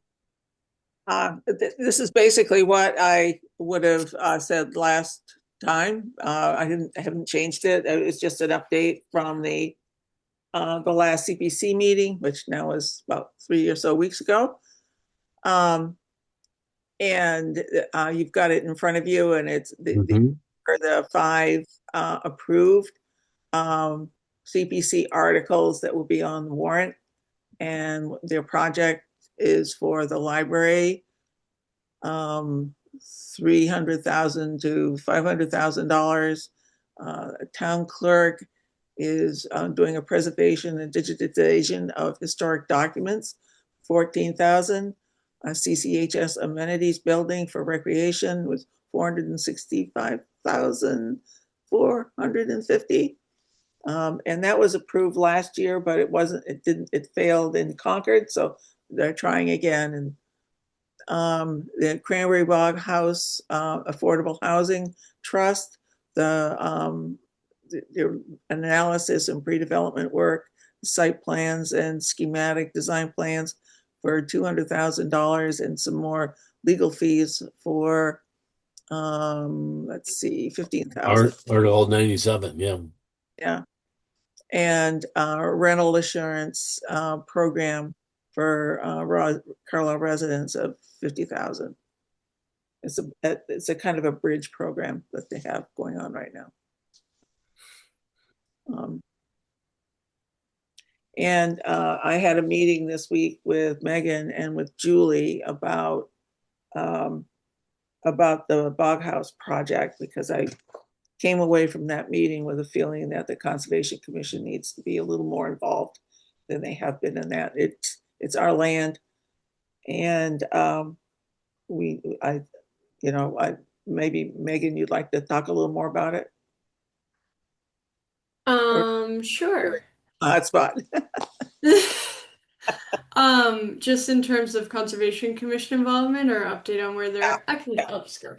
Yeah, so essentially Julie, the town planner, recently gave a presentation to the commission about the Bog project, and she was pretty clear that this is going to be like a multi-year process. It takes a while to go through the Article 97 process, but also Julie has been very clear in understanding that the Conservation Commission has to be involved in all of this because, as Sylvia mentioned, it is our land. And so right now the planning board is getting quotes for consultants to help them start to do the site design work. So they haven't actually, done all of the site design work. So we're getting consultants for that, and also consultants to help with the Article 97 process and the MIPA filing. So nothing's happening yet. It's just a lot of, it feels like things are happening the way some people say things, but really we're just waiting for consultants to give us recommendations because they're experts in these fields. So once a consultant is picked, I'll update the commission on who is selected, and then I'll continue to update you all on the process of what the consultant is going to continue to lead us toward. I think Julie was also going to start copying me in so I could keep an eye on things if the commission would like a member, and just keeping an eye on things as well. In particular, I get concerned about if they're going to start looking at substitute land. Commission really needs to be involved in that, and that's executive. issue. So, are involved in that. So,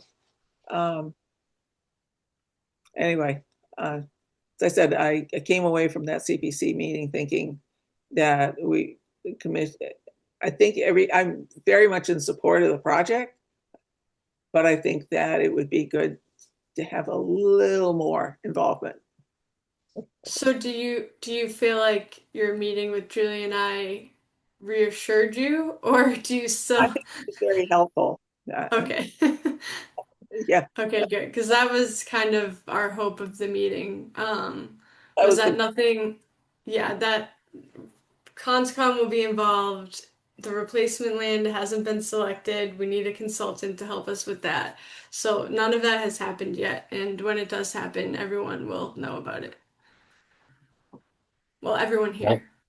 Well, yeah, yeah, not everyone. The Maybe not president doesn't care. everyone. I mean, there are options, and I think the commission needs to have a say. I agree. They're tasked with taking care of it. So, All right. Item number 10, the last on the list, at least according to my agenda, informational trustees 2025 annual monitoring report for Davis Corridor CRs have been received. Yes, I sent this report to Crack, and I don't remember if they had a meeting. I don't think they had a meeting yet to discuss it. But did they, Sylvia?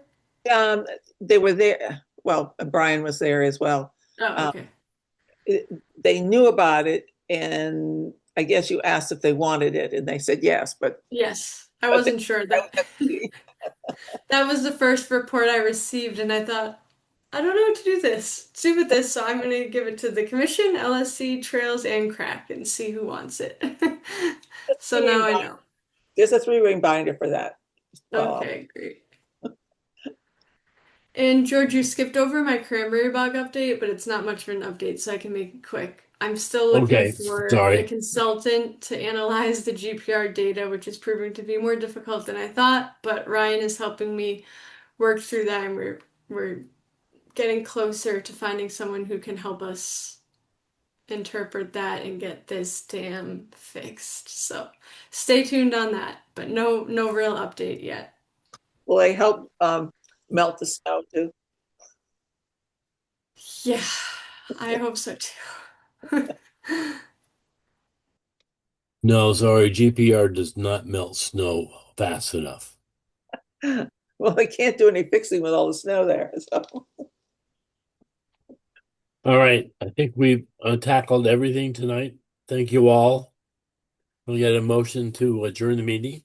So moved. Second. Navneet and I'm sorry, I think it was me. and Brian. Yes, I understand. All right, Sylvia, Aye. Dan, Aye.